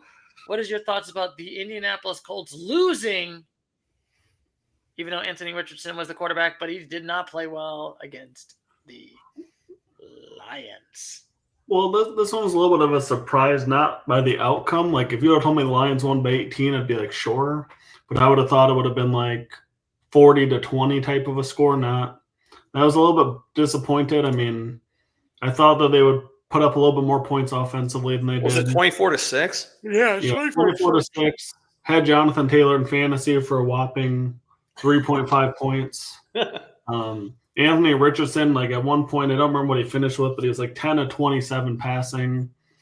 Like, granted, though, man, he's accurate, though. I'll give him that. Like, the dude, I was impressed with Anthony Richardson despite the 6 points. Like, he had a few throws that were only great because of where he placed the ball. Like, his arm strength is undeniable. He can run. Like, I like his future, but this isn't a team that's really that close to me yet. Like, they feel like a 4. I don't know what I gave them last week, but I like a 4. Yeah, we all gave the Colts a 5 last week. Yeah, I mean, that's what I kind of figured. A drop feels accurate here. Like, I don't like it. Yes, I'm just not feeling. Like I said, granted, it was against a tough Lions team. Let's be honest, it's a tough Lions team. Lions look legit. Colts have been in the sussy. I feel like this AFC South team has a lot of like sussy teams, in my opinion. It's like the Texans look kind of sussy. The Colts look kind of sussy. Like, I just don't really. I mean, the Jaguars are garbage, so it doesn't really matter. And then Tennessee's just garbage. So it's like, it's a battle of like who the sussiness is, basically. I honestly feel like I think we're going to have a losing record that's going to make the postseason in this division. No. I mean, look at the Colts. The Colts are going to play against the Patriots. I think the Patriots, they could beat the Patriots. They got to play against the Broncos. I don't think they can beat the Broncos. Titans, I think they can beat the Titans. Well, honestly, they could probably get 4 wins. The Texans are going to finish like 10-7 and 9-8. Like, they're not going to have a losing record in the division. Sure, yeah. With the expanded season going from 16 games to 17, you're probably not going to have a team that has a losing record to make the playoffs. You don't think we'll ever have a losing record? I mean, I'm not going to say ever. I mean, didn't year, like the first year with the NFC East, like the Commanders, that was like 5 and 8. It's like something like stupid, like 6-9 made the postseason. Okay, 6-9. That's 15 games. No, I'm trying to think. It was something where they were like. There was like a 7-8-1 team, maybe a 7-9 team that had made it. No, I think there was like it was just like. But now we're talking about a team that's 8-9 making the playoffs. I feel like in the AFC, you have the Broncos who are 7-5, Chargers who are 7-4, and then the Ravens who are 8-4. Those are the wild card teams. I don't think we're gonna have a losing record team making the playoffs. I think maybe if they do, they win like the division. Well, yeah, but they have to win the division, but that's going to be interesting. But the Texans aren't going to have a losing record and win the division. Yeah, I don't know. I honestly think that the Texans are collapsing, but we'll see. We'll see. I'm going to give them the 4 for right now. I think honestly the Colts could make it if I'm thinking about it, but it's like we'll see. No, I think honestly, if I had to pick it, gun to my head, who's going to make the postseason and who am I going to put a eulogy? I think the Texans are going to get a eulogy and the Colts are going to make the postseason. Whoa, no, that's I would say that's a hot take. If you I would very hot take. Oh my I would God. bet you on that one like 10 times over. Like this. Look at their posts. Look at who they got left. The Colts literally got the Patriots win. Broncos, okay, that could be a loss. Should be a loss. But the Titans, I think they could beat the Titans. Giants, they could. Will they? The Titans just like. I don't know. So I don't see that. So you're basically saying that the Texans would not win another game. To have a losing record, they would have to go 1-4, 1-5, and I don't think like the Texans record, like the schedule. It's so yeah. For the Texans to have a losing record, they would have to lose 1 out of their next. What we have, 7. So we have 5. We have 5 games left. They have to go 1-4. Yeah, like they have a tough road ahead versus the Colts has an easy road ahead. They do got to play. The Texans got to play against the Jaguars. That's gonna be tough. It should be a win. Dolphins, tough. Okay. Chiefs, tough. Oh, I see. Ravens, tough, and then you got to play against the Titans, who you literally lost to. Versus Colts, I think they have an easy road ahead to them. I like what Stu's saying, and you guys all bumped them because we all had the Colts last week at a 5, and you guys are all bumping them down. I'm going to keep the Colts at a 5 though. Wow. No, here's the reason, because a 5 is just missing the playoffs. Yes. And Stu, thank you so much for rattling off the upcoming schedules. So if the Colts have that easy of a schedule, they should make the playoffs, but they also should barely miss the playoffs. And right now they're barely missing the playoffs in a wild card spot. So yeah, keep them at a 5. Look at that. So also the Texans have won both games, so they have to not just catch the Texans, they have to pass the Texans. So they lost the Texans twice already. Yes. And even so, who's to say that this Colts team is good enough to beat a Patriots team on the road? Anthony Richardson completes 30% of his passes. It's you're not only expecting C.J. Stroud to completely collapse, we're expecting Anthony Richard to make a huge jump. I don't know. It could be. We could bring back the man on the 7th day of rest, Joe Flacco, come back. That would be such a terrible decision for their future, but okay. I know. But wouldn't that be amazing if Anthony? Okay, I don't want Anthony Richardson to get hurt. But what if Anthony Richardson gets hurt and Joe Flacco comes back? And oh my God, we got Flacco fever coming back, baby. He gets them back to the promised land of the postseason. See, I just don't believe in this Colts team whatsoever. That's my problem. I mean, I believed in Wacko Flacco and Flacco fever with the Browns, but now with the Colts, we've seen what he's done with the Colts, and it's not been too successful. Yeah, Anthony Richardson was the better option. Yeah, that's why we're starting AR. Yeah, but like I said, we're gonna be interested. This is gonna be interesting. It's so fun to look at these final game. I mean, Stu, you do have a point on the schedule, but even with the schedule, I just don't see it. Do you think they're gonna have a lot of trap game losses? Well, because I mean, if the Texans win their 2 winnable games and lose their 3, they're at 9-8. Mm-hmm. Best case for the Colts really is 9-8. They would have to go 4-1. I mean, granted, they could with their schedule, but they would literally have to get to 10-7. So that means that they would have to win out. And they have to have the Texans finish 1-4. And you got to have a total collapse. And you don't think the Texans will not have a collapse? I think they will have a collapse. I mean, I think they're too talented to fully collapse. They'll win a game or 2. I mean, they lost to the Titans. So I mean, they just beat the Cowboys by 24. Things happen. That's the Cowboys. It's not this ain't. Okay, the Cowboys beat the Commanders this week. Sometimes the NFL doesn't make sense. But the Cowboys, it's not that good. The Commanders look exactly. The Titans got lucky. The Texans had a lot of chances. Though. It's not like the Texans got blown out. But I'll be honest with you, the Commanders could have been better if they would have had a good kicker. Exactly. Tell the Colts or tell the Texans that. They could have won that game so easily. C.J. Stroud with a safety, 2 late interceptions. It was just all right. I think honestly, for the wager of the week, let's do it. I'm gonna put my money that the Colts are going to make the postseason, and I'm gonna say the Texans are gonna have the eulogy. No problems, Stu. I will take Let's that. Do it. Let's do it. Let's start the bet, baby. Wait, so what are you guys betting on here? I'm gonna bet that the Texans are gonna have a eulogy and will be eliminated from the postseason. And I think the Colts will. Oh, so it's not the bet of the week. It's an ongoing bet. Yes. Yeah, you're saying the Texans are going to miss the playoffs and the Colts will make it? Yeah, that's what Stu's betting on. Is that a $5 bet? What kind of bet are we doing here, boys? We're doing a $5 bet, baby. Shake on it. Cool. Yeah, shake on that thing. Let's go. Anyway, we got to start about the Lions. And Douglas, you get to go first. Well, Stu, by everything I look at, hands down the best team in football. Yes. ESPN, I was telling you guys about the rankings of the offense, defense, special teams earlier. This is the reason I brought this up. Doug, on ESPN, where do you see that at? So I think it was just, I don't remember. I was just looking through stuff today. Oh, gotcha. All right. Anyway, back to what you're saying. But so basically, long story short, the Lions have the number 1 special teams. They have a kicker that has not missed a field goal, hit a bunch of 50-plus yarders.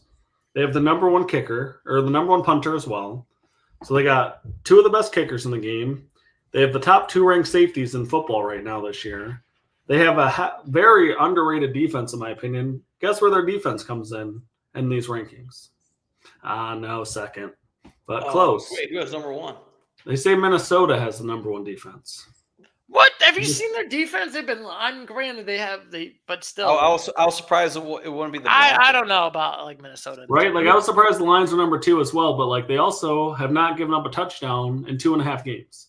So like that's legit defense right there. Granted, the competition wasn't the best, but like still, I mean, they didn't give up a single point in the second half against the Texans, and then they've only given up field goals in the last 2 games. Mm-hmm.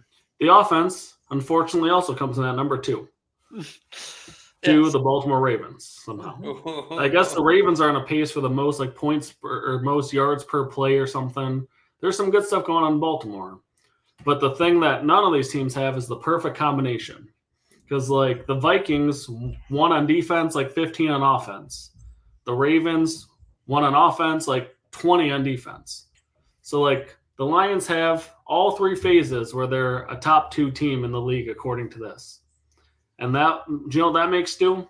That makes a complete football team. And you know what that gives you? What do you give them? That gives you a 9 all day, Stu. 9 all day. Honestly, we gave him a 9 last week. So, yeah, continue the trend, Doug. Love it. I honestly think this team looks America's team. Okay, I don't want to know. When a team's all put together, that is America's team. No. Stu, do you know how much we are America's team? No. We even wear Honolulu blue to bring in those Hawaii folks. Welcome to the fan club. I'm just, oh my God. Anyway, it's not okay. Back to what I said. Lions look legit. They had a good game. This is a boring game. 2 boring games, to be honest with you, where the Lions have been dominant, to be honest with you.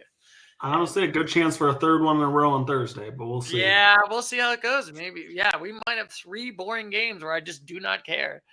Well, the big question, will the Bears score a touchdown? No. Will they end the Lions streak? Oh, that's a good question because, like I said, God, I would not put that bet. I'm not gonna lie. I'm not putting that bet right there. I don't like it, man. We've seen Caleb Williams.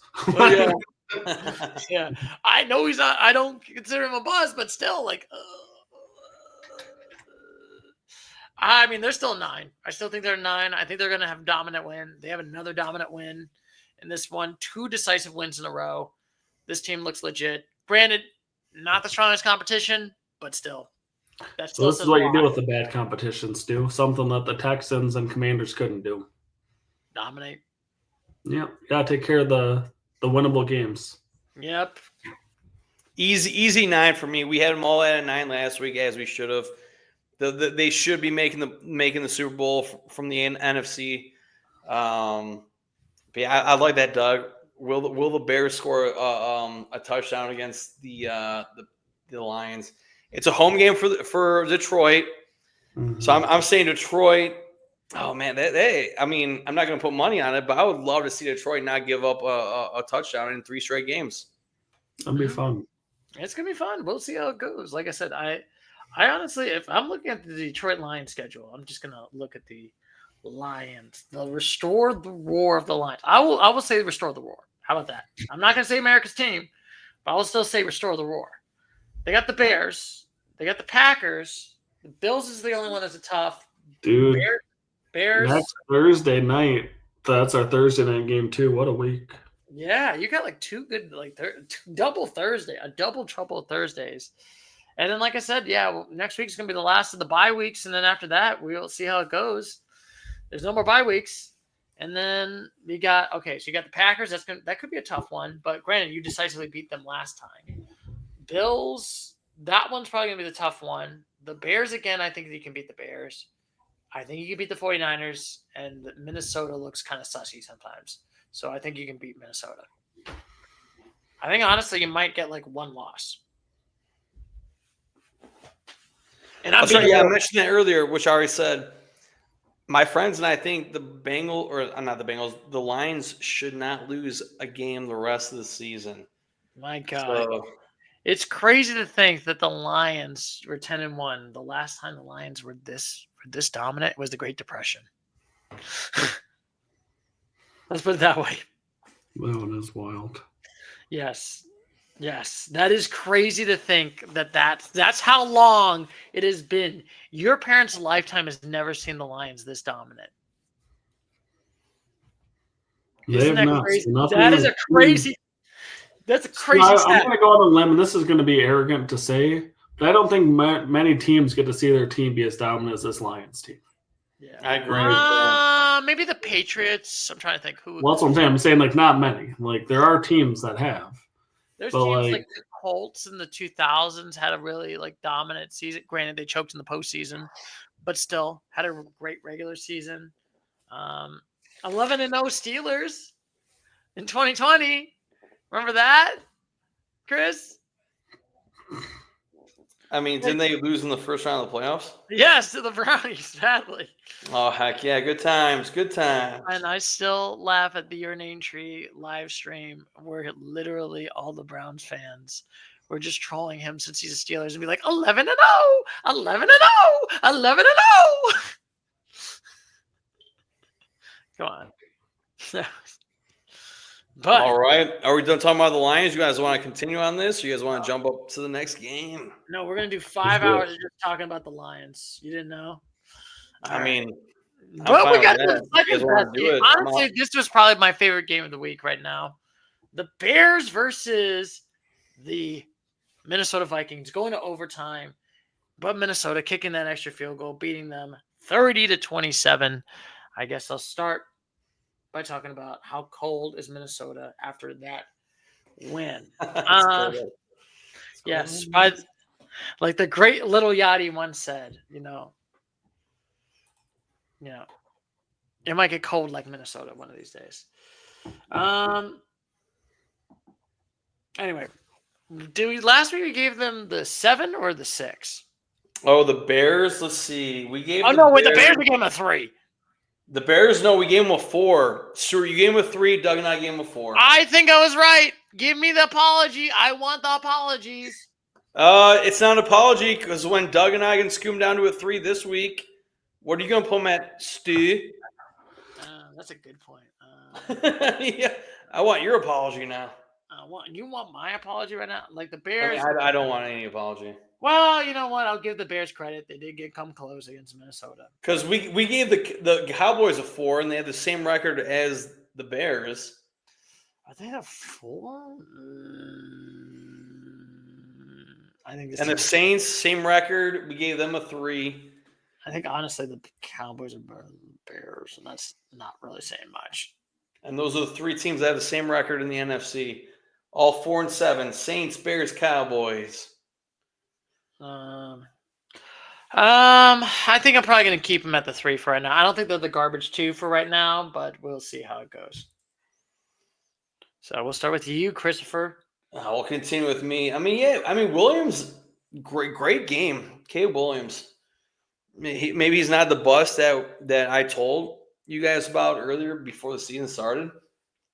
Yeah. But as I always mention, a loss is a loss. He threw for 340 yards. Oh, anytime a quarterback throws for over 300 yards, that's definitely impressive. 2 touchdowns. He did not have a single interception or turnover. That's great. But you're playing for a team, not for an individual sport. So I'll go from a 4 to a 3. Since, like I said, right. Saints, Cowboys, Bears, they all have the same stock option as a 3. Yeah, and who was right? I'm just gonna say they just put up 27 points on the number 1 defense. Yeah, and they technically should have won or could have won that game.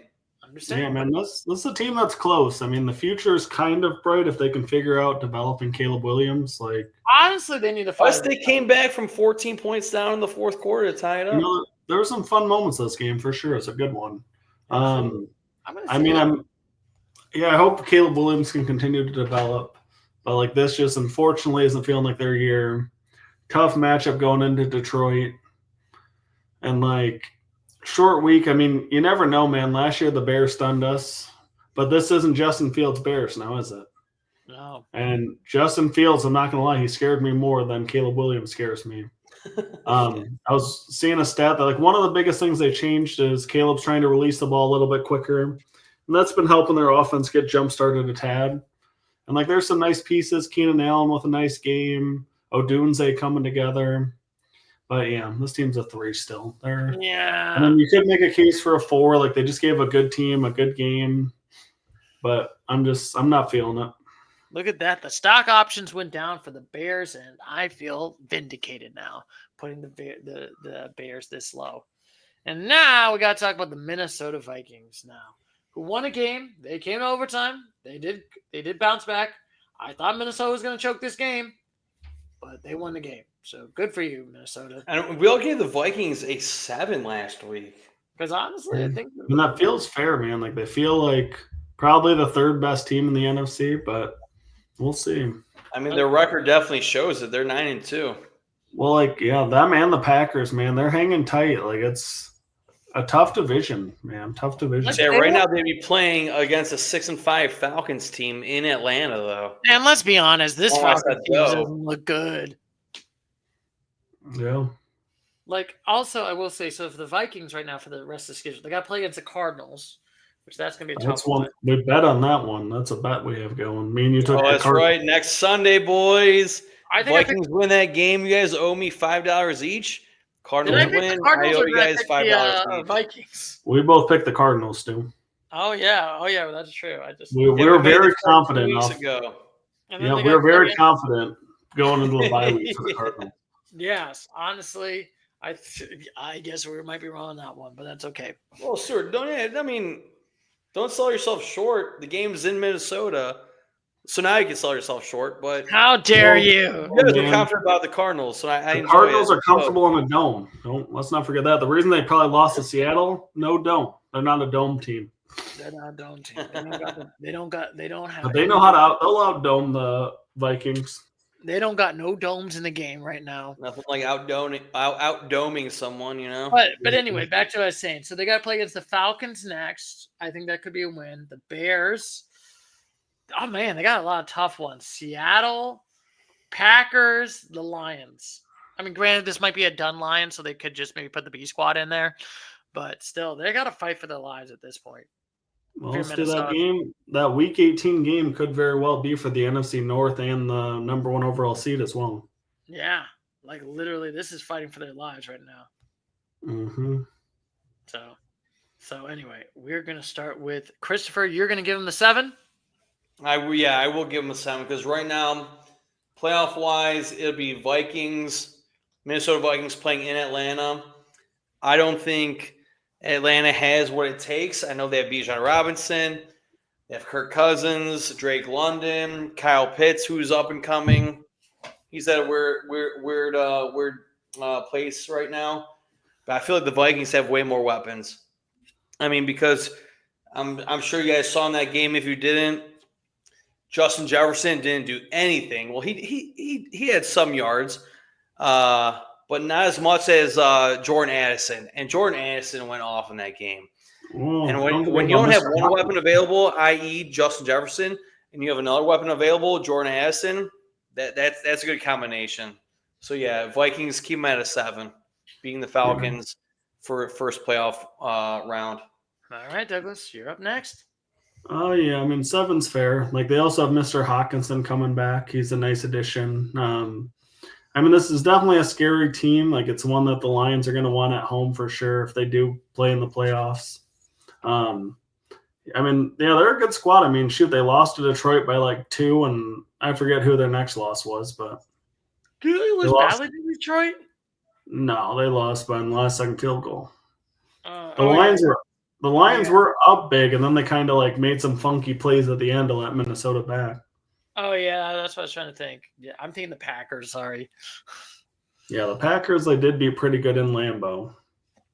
Now, I feel like for the Vikings lost to the Rams 30-20 in Los Angeles. I mean, that's a little bit of a tough one, but I guess I would probably put Minnesota on that one. So, well, we did just see what the Eagles did against so yeah, that's fair. The Minnesota's worse than the Eagles. The Eagles just destroyed the Rams 37-20. So, honestly, I'm probably going to keep them at the 7. Look at that. Funky 7 right now. I just feel like that they're still in a... Hey, I got to change it up sometimes. We got to change it up, even though I should probably have it to a different cobalt instead of a 7. So, give me another 7 while you're at, Stu. Triple 7s, baby! But no, yeah, I think the Minnesota can definitely beat the Falcons. I mean, they do have a tough road ahead. It's not the easiest schedule, like, towards the end. I think they're still, but we never know. I think Minnesota is probably one of those teams that's like, yeah, if I'm a Lions fan, you better hope that you basically got the division all cleared out and you're all good to go. You know what I mean? Well, thankfully we got the head-to-head right now, so. Yeah, you got the head-to-head right now, but like I said, you got to, for Minnesota, they got to beat them. And now we got the Broncos country, let's ride, beating up on the LA Raiders, 29-19. And we'll start with the Raiders. We'll start with me. How do I feel about the Raiders? And also, apparently, it looks like Gardner Minshew might be hurt also. Oh, I think he's out for the season, actually. He's out for the season. Oh, yeah, God. This is a tire fire of an organization. My God. So the Broncos. So last week, Doug gave the Raiders a 1. Stu, you and I gave them a 2. Oh, my God. And right now, they're sitting at a record of 2-9. They have a worse record than the Jacksonville Jaguars. They're in last place in the AFC. It's like that SpongeBob meme where it's basically the Jacksonville Jaguars and the Raiders are like have like 20 It's like SpongeBob where they're just like 2 anchors and you're just trying to push the anchor on who's going to be dead last at this point. The battle of who wants to get the number 1 overall pick. Oh God, are they bad enough for the 1? Are they bad enough? I mean, we are gave 2 teams a 1 here. We gave the Jaguars. We kept them at a 1. We kept the Jaguars at a 1, but I'm just like I'm contemplating it because they're both in that debt because they're technically worse than the Jaguars. Oh my God! But we've broken rules here before. We've increased rules teams. need to be broken right now. Let's do it. Ooh. Yeah, I'm gonna give them the season's done. Let's be honest. You got no Gardner Minshew. Gardner Minshew was not that good of a quarterback. Hey guys, guess what? We get to watch them on Friday play against the Kansas City Chiefs. What a treat! Oh my God, it's gonna be a great game. Let's go. So if they're not gonna be a 1 this week, assuming the Chiefs win that game, they should be a 1 next week. Man, let's keep the party started. Or let's keep it going. I'll gladly give them a 1 as well. If we had to give 3 teams a 1, I mean, hey, we've been here breaking rules left and right. So I think sometimes rules need to be broken. Because Aiden O'Connell, he's a rookie quarterback. He's on the IR. Gardner Minshew, he's out for next week, and like I said earlier, he's gonna be out for the rest of the year, whatever his injury is. Who's gonna be the quarterback now? Yeah, who's their quarterback? I don't know. So can you please? It is. I don't see the Raiders winning or coming close to that game next week, next Friday. You say, Doug, at 3 p.m. Yeah, I mean it is against the Chiefs though, so like they'll probably give them a really good game for no reason at all. I think they will. I think this is going to be the year when the Chiefs will blow them out by 20, and I will be like, "Wow, I guess Well, this is." still, I thought the Chiefs would finally make a statement and blow out the Panthers too, and we saw how that went. Yeah, that was a 3-point game. Last second field goal. They're 8-0 in 1 possession games, and that's simply not sustainable. But we're talking about the Raiders. I mean, I gave them 1 last week. Give them a 3. Yeah, right. No, they're about as 1 as a 1 gets. Yeah, they're 1. They're 1 in just the sense of like you're injured, they get a 1. You're terrible, you get a 1. I'm hoping that if the Cowboys want to do it, I hope they get Sanders and then they get Dion as a head coach. And then somehow they trade and get Travis Hunter and they just bring the whole thing to. I will laugh. It is crazy to think because isn't 2 years in the Colorado has done really good. Well, Stu, did you see? Colorado's got momentum. They just flipped a 5-star quarterback. They're getting a bunch of elite recruits. Plus Colorado, I think they're 16th in the nation at the moment. If they wouldn't have lost this week, they'd be kind of favorites to make the playoff at least. And that would have been. Oh, they lost to Kansas, so they might not be 16th anymore. But I feel like they're still top 25.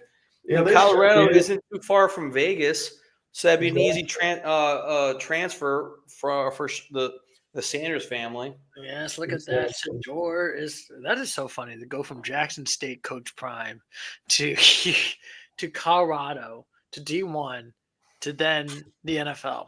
To possibly the NFL. Let's not overextend. Stephen A. was Shador's going to be in the NFL. Let's be honest. Well, I mean, he's I gonna thought you were probably talking about Sanders, like the coaching.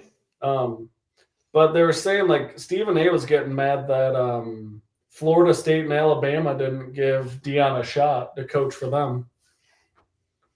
It's like Deion's kind of the hot ticket right now, man. He's recruiting crazy, playing good ball. Yeah, and honestly, I'll give him credit for Deion because, like I said, I think everyone kind of thought I think everyone kind of like last year they were kind of bad, Colorado, but he turned his program around. Good for him. Heck yeah, man. Much respect. Much respect for Coach Prime. Look at that. And now, like I said, we got the Broncos country. Let's ride. They're now 7-3. I guess I shall go first right now. Denver is now. I should not say they're 7-3. I'm sorry. They're 7-5 right now. They would make the postseason against the Buffalo Bills. Let's be honest, they ain't beating Buffalo. There's no way, Josh Allen. In Buffalo, the Broncos are going to beat them. No. You're getting a 6. Let's be honest. It's a nice story, but give me a 6 as well, Stu. Like, I really enjoy like the way this team is built. Bo Nix, like this is how you're supposed to develop a quarterback. Like they're kind of slowly bringing them along, letting the defense do it. Like they got some nice pieces. Like I respect the process, but I feel like they're built for the long run too, which is nice. They're not like the Jets where they're all building like all in all right now. They can kind of, just make the playoffs, get some experience, and then, hopefully make a big jump next year. Yeah. And I 100% agree with you guys because, right now they're in the playoffs, but they will not be able to beat the Buffalo Bills who are 9-2. And, Broncos, they should be able to make the wild card based on the record. Like I mentioned earlier, the next wild card position, they're 2 games above. I'm sorry, a game and a half. Yeah, a game and a half above the Dolphins. So they should be able to make the wild card, but they won't be able to beat the Bills. 6 easy. Yeah, and it looks like for the Broncos, they got to play against the Brownies on Monday, which I think they're going to be the Brownies. They're going to play against the Colts. I think that could be a 50-50, but I do think that they could be. Yeah. Oh, man, you're trying to defend your bet, Stu. Boo. I'm defending my bet, okay? It's still 50-50. Maybe the Colts might lose that game. But hey, they got to play against the Chargers. That's a coin flip. Bengals, I think they can beat the Bengals. And the Chiefies, we'll see. All right. That's 50-50 right now. Look at that. That was a quick and easy one. And just as quick and easy, we got to talk about the another 2 games. Oh my God, the collapse. Was this America's Game of the Week? I think that's what they labeled this as. Actually, on Fox, it was America's Game of the Week, which did not pan out to be the Game of the Week. Game of the disappointment. How about we call that? You know what sucks the blight. Do you know what sucks for San Francisco? Yeah. Guess what they get to play next week? Who? In Buffalo. Oh, it should be snowing there off the shores of Lake Erie. Oh yeah, man. This team's reeling, man. It's kind of fun. I'm kind of digging it. It's fun. Wait, Doug, you're saying it's fun to see the 49ers decline from what they were? Man, it's great. I mean, it's worrisome though because they're only 1 game out of the playoffs, and that's the scary part. Is like that division, nobody will pull away, and like the Cardinals have had a chance. Like there's lots of teams with chances. But you still just kind of feel like the 49ers are going to somehow sneak into the division, like win their division on the last game. That being said, man, this was atrocious. They play Buffalo next week. Like they still have to play the Lions as well this year. And I mean, they kind of need to basically win all their games to have a realistic chance, I would think. And they're now like in like the 11th spot right now. It's like, oh. But anyway, Chris, you guys they might be in the 11th spot in the conference. But look at their division. Just because they're in 11th spot in the conference doesn't mean they're 11th spot overall. Because that division in the NFC West is crazy. So last week, we all gave the 49ers a 5. And I could easily agree with that, even though they lost. I don't know, man. Yeah, but they lost by 20 against the Packers. But here's the thing. They could still easily miss the playoffs. So like I said, a 5 is just missing the playoffs. But honestly, like I did mention, put it this way. I mean, are they better than, I don't know, the Rams? Maybe. Who are you saying? They're better than the who? The Rams. The Rams who lost at home by 17? They're both looking sussy. Well, you're saying are they better than? I'm saying are they better than the Cardinals who put up pretty much what the Cardinals they got rammed by the Seahawks? Yeah, here's the only thing is that the 49ers have already lost to all 3 teams in their division. All in the last 2 minutes. It's like they're 0-3 in their division, and that might be their only downfall. Is like they would need some luck just because of how bad they've done against the 3 teams in their division. Like, I'm looking at so they got to play against, the Bills. That's a tough loss. But the Bears could be a 50-50. Rams could be a 50-50. I don't think they can beat the Dolphins. They're not going to beat the Lions. And it's also the Cardinals. And I think that's a 50-50. So there's a lot of sessions. But anyway, low key, man, that Lions game might be a tough one, though. I feel like it's going to be right when they're making their playoff push and get everybody back. So I'm not willing to say that. Last week against the Cardinals is going to be should be a clutch game or a very important game. They did the scheduling good this year. You have the Vikings, Lions end the year. You have the 49ers, Cardinals end the year. It's like they knew what they were doing. All right. And there's only going to be one team, more or less. There should be only one team making it to the playoffs from the NFC West. So that's why I'm going to keep the Cardinals. I'm sorry, not the Cardinals. The 49ers at a 5. Like I said, we all gave them a 5 last week. Is because we could easily decrease them from a 5 to a 4 next week, pending the outcome of that game against the Bills in Buffalo. So we also could increase them, but I'll keep them at a 5 because right now they're barely missing the playoffs. All right. That might be true, but I'm thinking if they get blown up by the Bills, I might put them at a 3. It depends on what the rest of the division does, but I'm a 4. They could get hot, but it's kind of man, oh man, you kind of almost have to win out. You still have to play in Arizona, the Bills, the Lions. It's time's running out, man. And this team hasn't Bosa's out, Purdy's out, Trent Williams is out, Ayuk's out for the year. McCaffrey doesn't look like himself. Yeah. Stu, McCaffrey doesn't look like himself, right? Yeah, I should sent that trade. Having the number 1 overall pick, you should have taken McCaffrey, and that's exactly what you did for fantasy. And I honestly, you weren't no one would have thought he would be this dud. I tried a few times to get McCaffrey from you. Yeah, and Kurz wanted McCaffrey, and I was like, my one friend. And I should have gave it to McCaffrey. Hey, I respect you standing firm, man. If I picked him number 1 overall, I'm not trading him either. Yeah, honestly, I should just drop McCaffrey. As a fantasy owner, you with the number 1 pick, you take McCaffrey, and if a trade comes up that's more valuable, go for the trade. But fantasy wise, you got to take McCaffrey if you have the number 1 pick. That's it's a clear giveaway.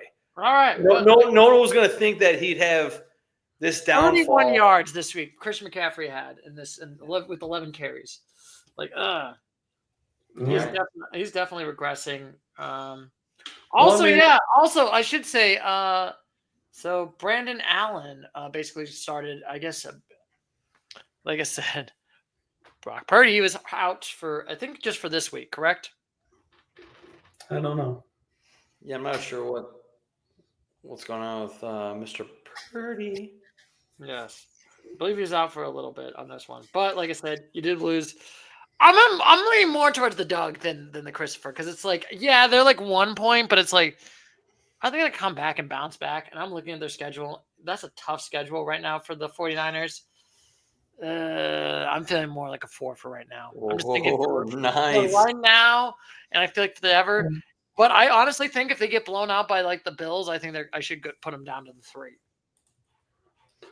Yeah, it depends on in the NFC. Because if you get the Seahawks sitting there 2 full games up with the head-to-head result, things start to look more and more bleak for the 49ers if they can't find a way to beat Buffalo. All right. And now we got to talk about the Green Bay Packers. And we'll start with you, Douglas, on your favorite team, the cheeseheads of all. How do you feel about Packers Nation? And we all gave the Packers a 6 last week. So I just don't get it, man. Why can't like the Vikings and Packers lose? Like, why can't the Lions have some comfort? Like, why can't we just run away with the number 1 seed? Like, this is some baloney, man. Like, not only we're not running away from the 1 seed, like, there's still a realistic chance that we don't even win our own division. Sitting here looking this good, and that would be just a travesty. Yes. Like, you can't have nice things in this world, Douglas. I'm just saying. Well, here's the thing, though. I mean, we're still in the driver's seat. I still have complete confidence, but the Packers, man, they're not going away. But I wouldn't be shocked if they lose to the Dolphins this week because there's just some areas of concern too. Yeah. You know, like this definitely isn't like a perfect team by any means. Like Josh Jacobs got going a little bit. That was kind of cool. Like, but this was more about how all the stars for the 49ers did not play, I think, as it was the Packers. I mean, anytime that you don't have your best pass rusher, your best receiver, your starting quarterback, your starting left tackle, like you're just eventually become depleted no matter how great of a coach you are. Mm-hmm. But like the Packers, I mean, they laid it on them though. Like just to see them win a game that they're supposed to win, they crushed it. They're 8-3. I mean, I think technically the 4th best team in the NFC. Like, who would they play in the playoffs? So they have to go like 2. They'd be playing against the Seahawks. See, and I like them to win that one. Like, I really do. I mean, I feel like I want to give them a 7. Like, I think I want to give them a 7. Like, they look good. Like, they obviously know they have playoff experience from last year. Yeah. Like I said, especially last year. Yeah, I don't want to talk about the game. I do not want to talk about it. I do not want to talk about the game. I do not I feel like Green Bay versus Seattle is just like a fun series too. Like they always have like really fun playoff games. Yeah, and like I said, the Packers are just like heating up right now. I feel like this has been a weird season for the Packers. I feel like they've been like have ups and downs where they're like, oh, we look kind of bad against the Lions, but then we come back and bounce back, and then oh, we barely beat the Bears by against an extra point.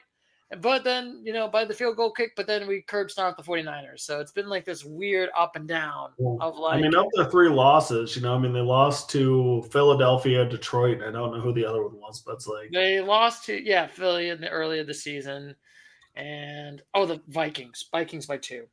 Yeah, so it's like your 3 losses are to the 3 other elite teams in the NFC, man. Like, that's a scary team. Like you lost to literally the 3 teams that have 2 or less losses. I mean, I'm not gonna lie. I'm probably gonna give them the 7. I still think they're probably gonna be like good, but I honestly would tell you this, Douglas. Be afraid to play against the Packers if the Lions got to play against the Green Bay. Just saying. Yeah, I mean, we kind of. Yeah, I mean, I guess. Yeah, I mean, it's close. I mean, well, Stu, we took them. We went to Green Bay, and it wasn't even a game, and that was in the elements. All right, but like I said, I feel like the Packers are always that weird team that always like somehow does. I mean, that's just for the Cowboys, too. Quit taking your traumas out on me. Okay? Yeah, so if the Lions had the Packers on, I would 100% go with the Lions in that situation. All right, fine. Yeah, and I agree with Doug. It's just because what happened last year with the Cowboys and the Packers. Yeah, I'm traumatized. Darn it. All right, so I'm gonna agree with all you guys. We all took the Packers at a 6 last week.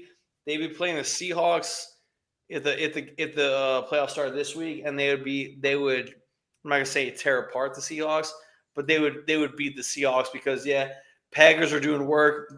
Jordan Love has an amazing season going on.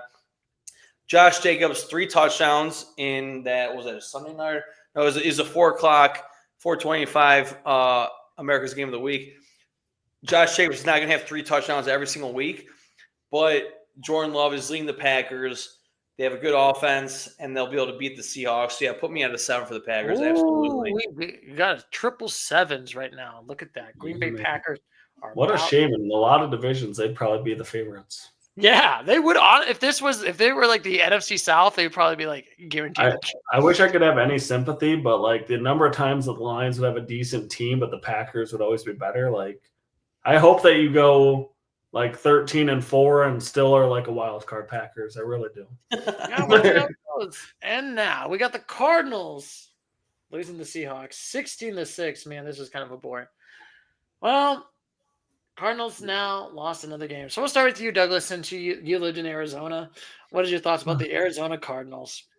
What a disappointment, man. Like I honestly thought I felt real confident that they would go into Seattle. Seattle was reeling. They literally just like released like some players. Like they're just kind of like Seattle felt like the team that was kind of like they couldn't quite get it right, and they were almost like, we're just gonna try some things. And the Cardinals coming off a bye week, all the momentum in the world. You're just kind of like, okay, one team's hot, one team's cold, but this is the NFL. Like, I don't know what happened to the Cardinals offense. Maybe the Seahawks defense has gotten better and they made some good moves. But man, oh man, like to only put up 6 points. Like Marvin Harrison was basically invisible. He wasn't even the best receiver in that game. That's even crazy. Well, I mean, their tight end is a better receiver by far. Like Trey McBride gets way more targets. Like Kyler, like me and Alex got to talk a little bit about like how Kyler's kind of lost him some weeks too because he does this. I mean, I think they're outside the playoffs technically due to a head-to-head. Yes, they are technically not in. They would not make the postseason as of right now. Golly. Well, that division is tight AF, bro. Yeah, I mean, I'm gonna give them the 6. Like, I still think that they'll get in over the Seahawks. Like, I still like them more than the Seahawks down the stretch. But like, man, this one stung. Like, they could have had a stranglehold on the division. Started to semi run away with it, and then you did this. Like, it just feels like a young team that still needs to find that composure. But I don't know. Tough L, man. Tough L. I remember I was saying last week that this game would be very deciding of what our stock options would be.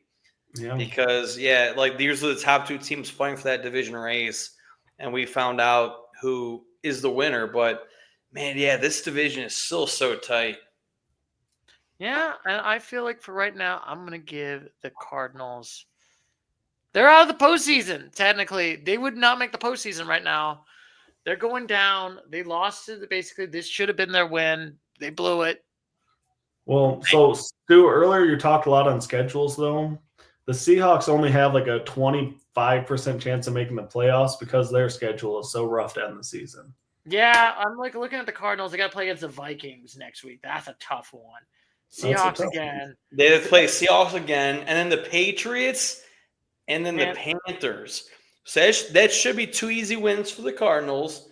And then they play the Rams and the 49ers. And that's a coin flip-ish, I feel like. Because that could be. The Seahawks. Whereas the Seahawks play the Jets, should be a win for the Seahawks. The Cardinals, that's another decisive game. And then the Packers, Vikings, Bears, Rams. So the Seahawks definitely have a tougher schedule up ahead, Yes. But like I said, they have the same record. Like, I have more faith that the Cardinals get it right than the Seahawks get it right. Yeah, but like I said, as of right now, they did win. But right. This is current market value, Doug. Current market value. We're looking at the current market, not the futures. So last week. Wait, what did you give the Colts, dude? Did you give the Colts a 6? No, I gave them a 5. Oh, okay. Last week, Doug and Stu, you gave the Cardinals a 7. I gave them a 6. And man, based off what I was reading schedule-wise, but we're going current market value, and they lost. I know it was an away game. It was in Seattle, it was a interdivision team. Man, like it's tough to stray away. But I did have them at a 6 last week, so I'm gonna put them at a 5 this week. Wow, look at that. This is the lowest drop right now. But hey, I'm glad that we do this because these next few weeks, Cardinals, Seahawks, or any team in that division will be a toss-up. This division is going to be the most interchangeable division based on stock options and stock market value. It is crazy to think that the Cardinals really had the biggest drop and so far in the stock, going down 2. Well, that's. Yeah. So last week we all gave the Seahawks a 5. Where are we going to put them at this week? And like I said, the Seahawks won a game. They are technically controlling their own destiny as of right now. They would make the postseason and would probably play against the Packers. I'm only laughing because it's laughable. A 6-5 team would be the 3 seed in the NFC. Yeah. I mean, I'll keep mine simple. I'll give them a 5 for the exact reason I said I would give the Cardinals a 6. Like I don't believe in this team long term. I don't think that they're going to win a lot of those games. I think it was a nice win, but I don't like it. I don't know. I think I'm going to disagree with you, Douglas. I think I'm going to give them the 6 because, like I said, they did beat the Cardinals. I mean, that's cool. Still, they'll get to do it again in Arizona in 2 weeks, and then you guys will flip your numbers. I don't know. I think I'm going to keep my numbers for right now. I know the Seahawks have a tough schedule. No, I know you're going to keep them for right now, Stu. You're just delivering it. I don't think I'm going to flip them. I think it's going to be 6. Well, sir, in 2 weeks, you will flip your numbers. I'm not going to flip my numbers. I'm just saying. Well, we'll see in 2 weeks, Stu. Yes, Stu. In 2 weeks, we'll see. The Cardinals might be an 8 because they're going to go dispatch the Vikings and then beat the Seahawks team they're going to again. play against the Jets, and then they play against the Cardinals in 2 weeks. I think, honestly, they're going to probably be in the 6. They're still going to keep them. Well, Stu, that's cool. Cool stuff. And it's only for the sole reason that right now Seattle beat them by 10. It was an interdivision game. I'll put the Seahawks from a 5 to a 6. Yeah. And like Doug said, beautifully said, we'll come. Like I love that we do this every week. In 2 weeks, these numbers may or may not change. I don't think it's going to change. I don't think it's well, your opinion is always wrong, so we'll see. Whoa! Hey, Stu, when we get to the actual how much stock money you have, let's take a look at the difference there. I'm just saying. You're at like what about the same amount we started with? I think I've doubled up. I'm about to be at $31, I believe, Stu. How dare you? How dare you in the stock options, even though you're correct? How dare you? But anyway, we got the Philadelphia Eagles beating up on the Rams 37-20. I guess I'll start with myself because I can't have nice things in this world. The Rammies lost. They're now 5-6. They have a losing record. We all put the Rams at a 5 last week. Oof. I mean, this one feels easy. I think honestly, you lost by 17 against. I know the Eagles look legit, but also, I think this is one of those where I think both the Eagles look legit and the Rams did not have a good game. So I'm going to put them down from a 5 to a 4 because, like I said, I just don't think this team's going to make the postseason. I think they're kind of in the mid. I don't think they're in that football hell of like 8 or 9. So I'm thinking I'm putting them into the 4 for right now. Yeah, I mean, we all gave the 49ers a 4. Same record as the Rams. We all gave them a 5 last week for the Rams. So I'll put the Rams at a 4. But, man, this division is so tight. I feel like we should give every team in this division a 5 or a 6. But, man. Yeah. They have a losing record, let's be honest. A losing record. Well, this division, the NFC West is – I mean, like you guys mentioned earlier, this division winner might have a losing record, 8-9. And I would give them still 5. make the playoffs. And I would this give might them be the that 5. one division that has a losing record make the playoffs. I would give them the 5. I mean, for now, I'm going to give them the 4 as well. I mean, like, they have a chance. I mean, they could always make a run with Stafford, and if they get healthy. I mean, they play a winnable game in New Orleans this week, but then they play the Bills at the 49ers.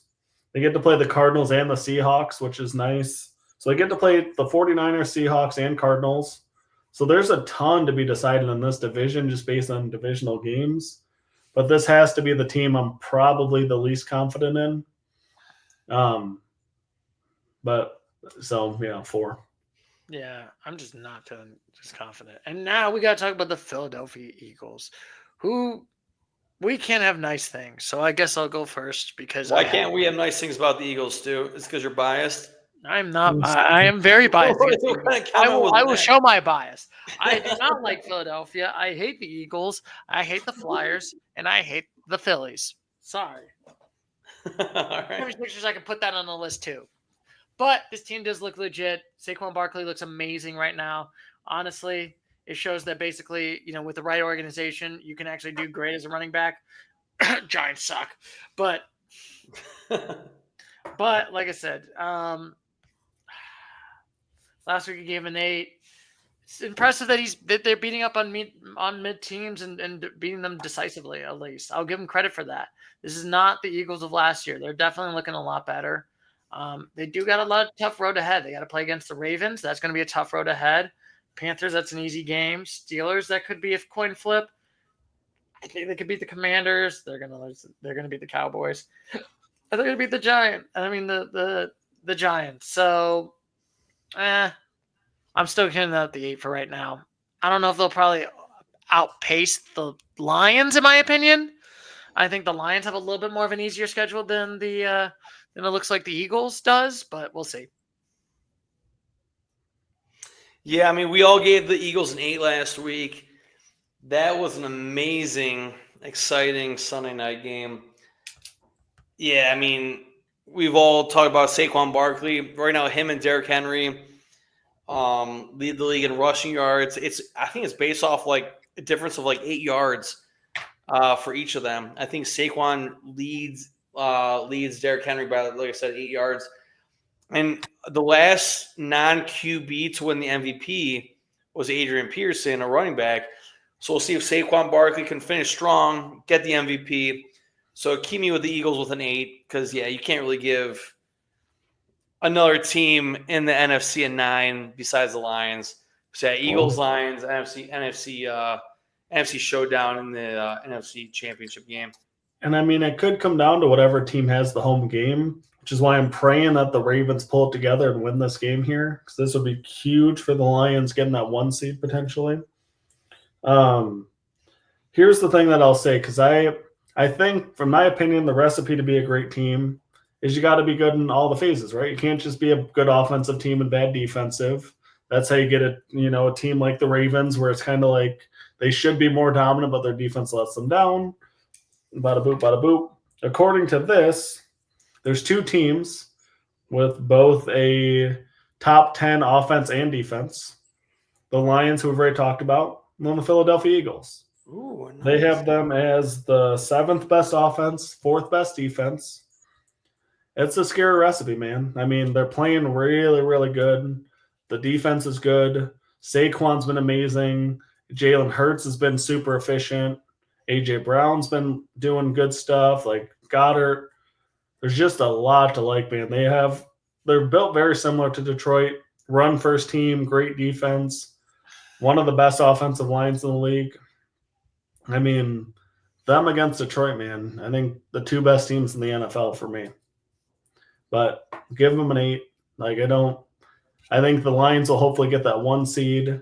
And I mean, just playing in Ford Field, man, have you guys heard, apparently it's becoming a national story how much the Lions fans are traveling this year.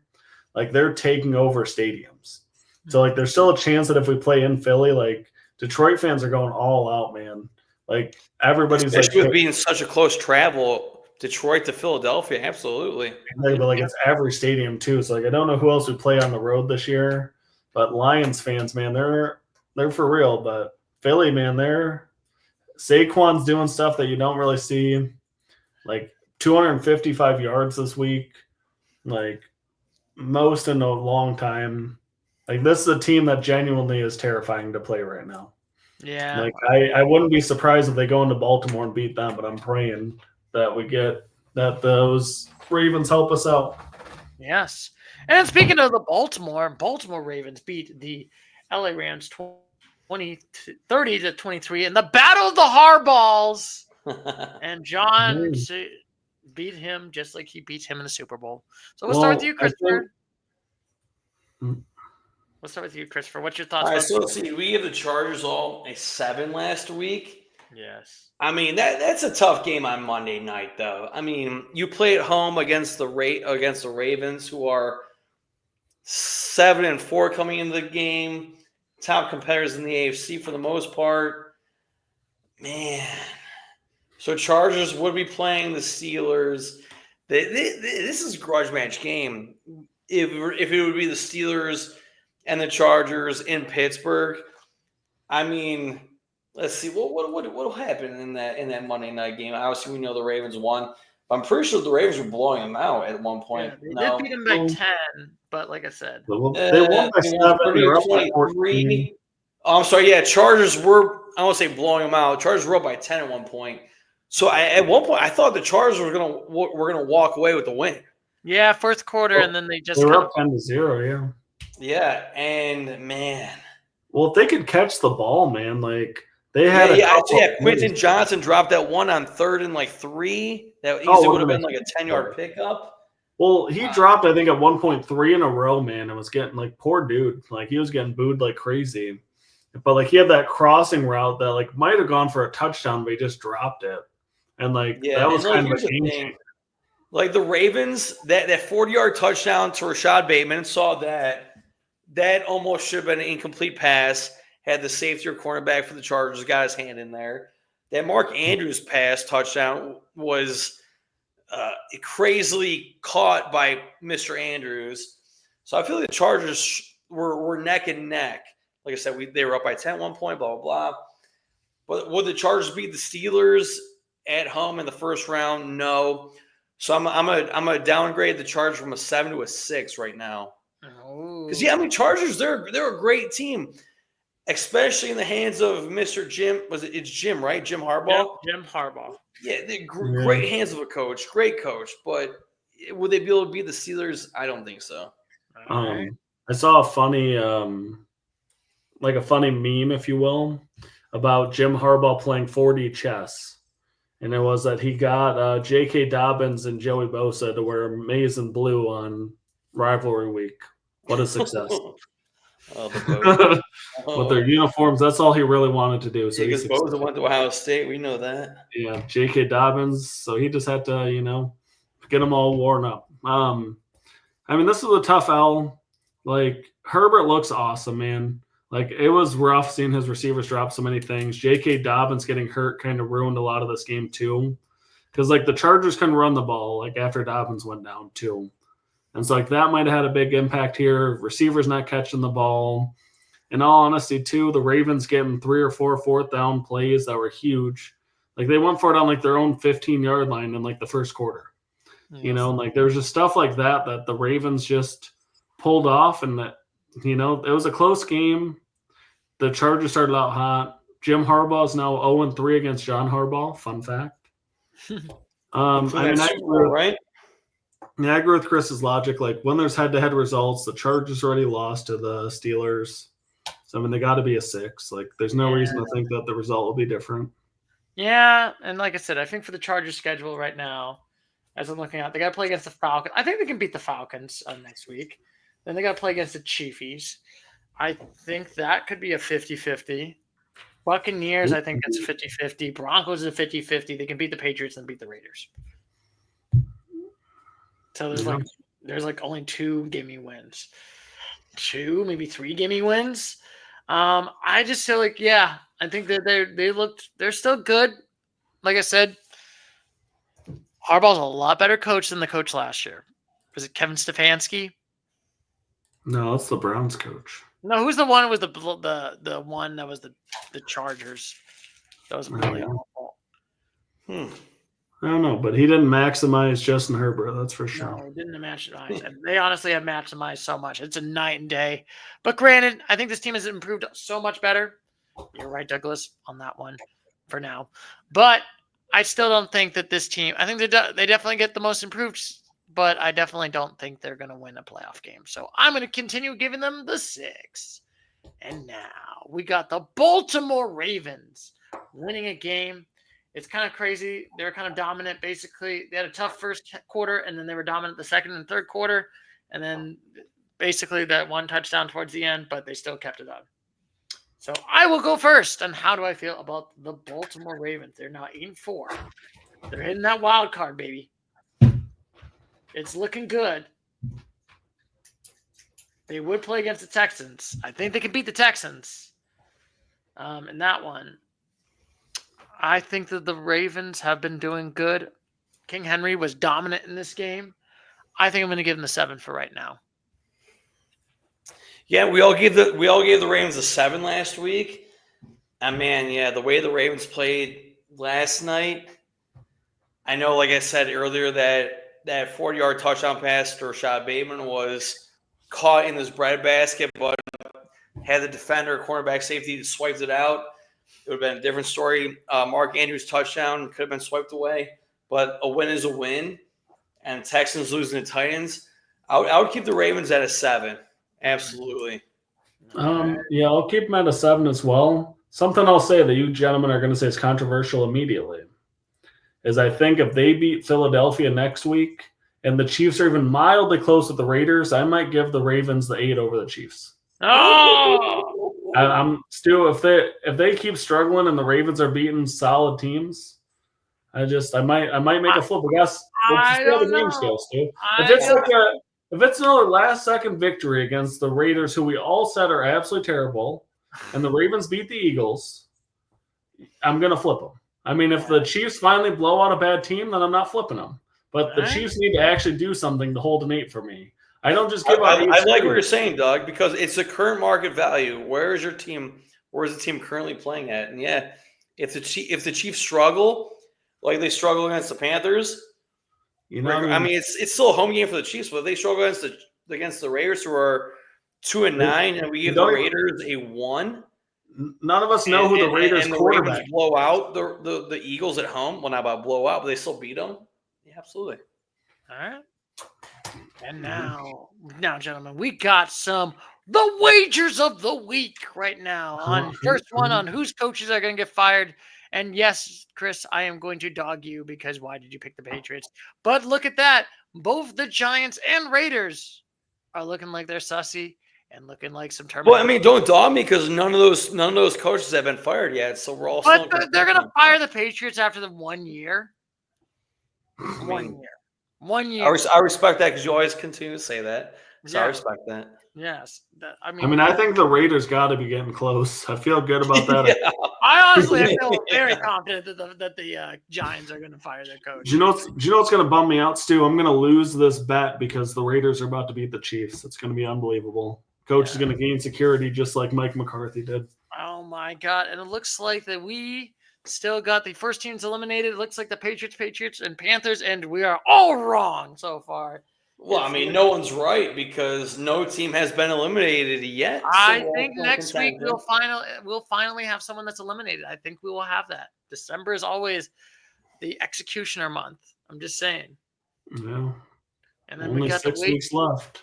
We got the Cardinals. Like I said, you got the Cardinals and Vikings for Chris's $10 beer. And yes, here we go. This comes down to it right now.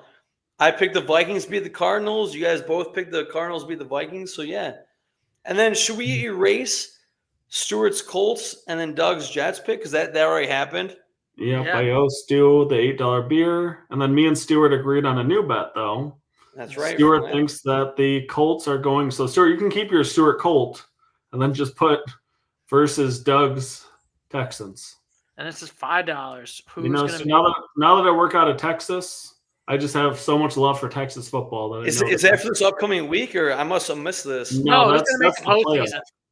Who's going to make the postseason at this point? Oh, that's right. That's right. Of that AFC South division. Yeah. And then we still got the Bill. Oh, sorry.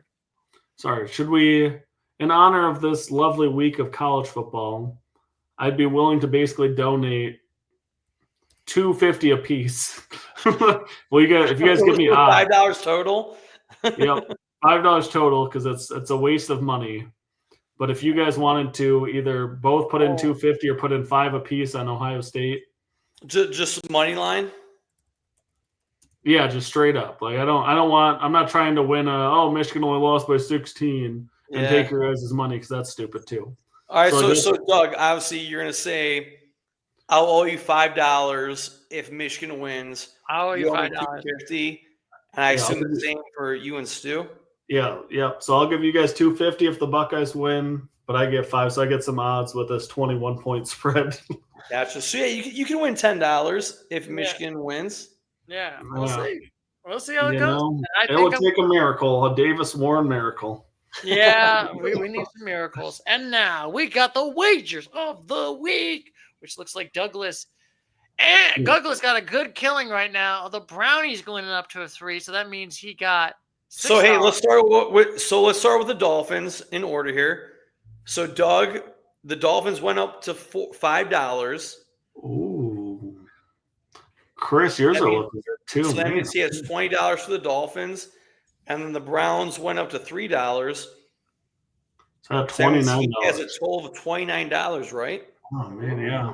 Look at that. And then, If he were to sell all those stocks. Yeah. yeah. Ooh, But like I Chris, said, you're And then me, the Seahawks, they moved up from a 5 to a 6. And then we all picked the Dolphins. But I took 4 stocks of Dolphins. So that's $20 for the Dolphins, $6 for the Seahawks. If I were to sell, it'd be $26 for me, right? yes, so you got $26, and then me, And then I Stewart- Packers. We all pretty much had all winners, no losses. And then Stuart, so since you picked the Dolphins for 2 stocks, you get $10 for the Dolphins. Packers moved up from a 6 to a 7, so you get 17, right? Yeah. Oh, there you go, Stu. You're on the plus. If we were to sell all of our stocks. All right, and now So Doug has $29 to play with. I have 26, and Stuart has 17. all righty, gentlemen. Who do you want to pick? We'll start with you, Douglas. What is your one for week 13? Unlucky number 13. Well, oh man, this is tough because I don't know that I want to continue going on the Dolphins train right now just because they play in the Dolphins Lambeau. can play this week. We gave the Cowboys a 3. Yes. So I'll take 3 of the Cowboys. Ooh, okay. Well, actually, yeah. Let's start there. So we'll go 3 of the Cowboys for 3. Man. What do we have the Bengals at? Bengals, we have them at a 4. Oh, so that's too high. Why are they a 4? They had the bye week. So from the last weeks, we have them at a 4. And then I'll put my money where my mouth is, even if I know it's not the right choice. I'll do then 4 stocks of the Cardinals at $5 a piece. Since I'm betting that the Cardinals are going to beat the Vikings, that'll put them right back in the playoff conversation. So I want 4 shares of the Cardinals at $5. Wow. Oh, that's 29. Ooh, Yeah. dang, Well, nice. We'll keep it simple. I wish I could do the same, but because remember we have the bet Vikings Cardinals, but the Vikings are at 7, and I don't think the Vikings are going to jump to an 8. Yeah. So what I'm going to do is the Colts current market value or the stock is at 4. So I'm gonna sell all my shares. Seahawks, Dolphins, they're gone. So I'm gonna put the Colts.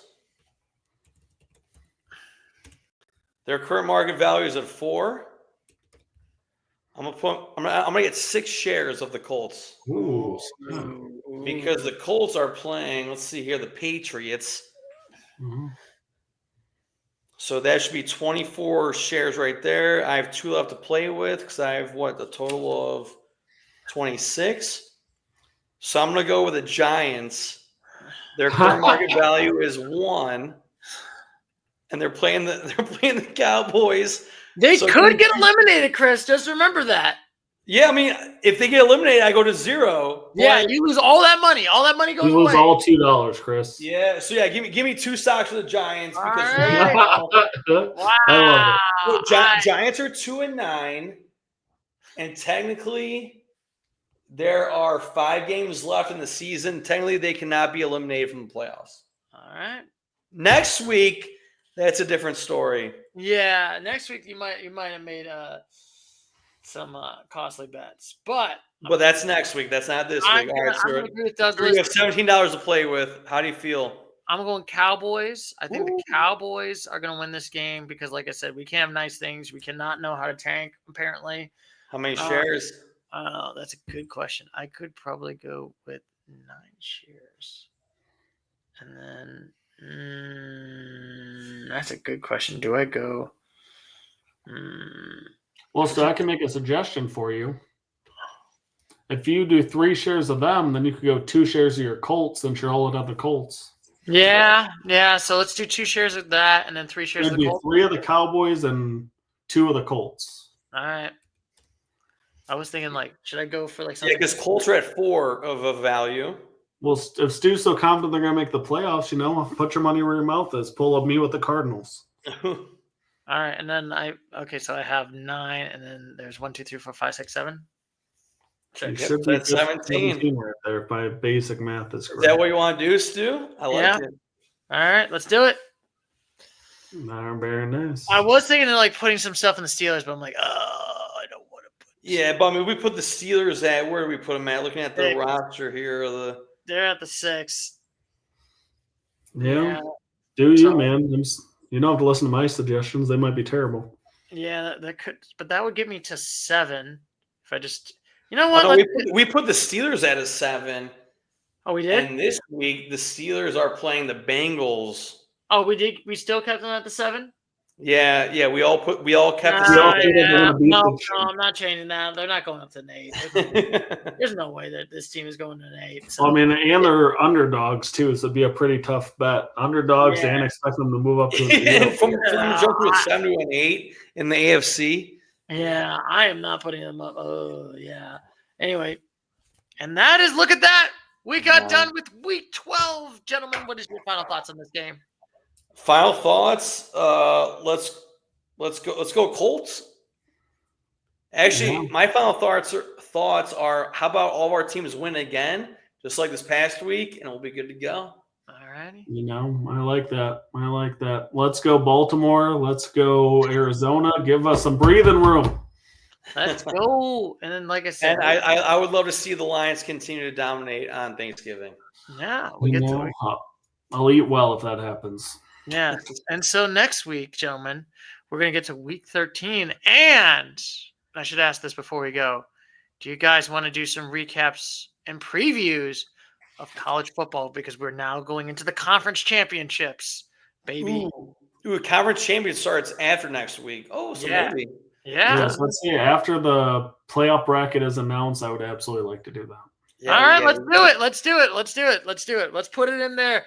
Buckle in, folks. We're going to get that in there. Let's do it. And like as always, bam, I'm going to catch you later, Mr. Gators, because as always, you got to take care. As always, bye-bye.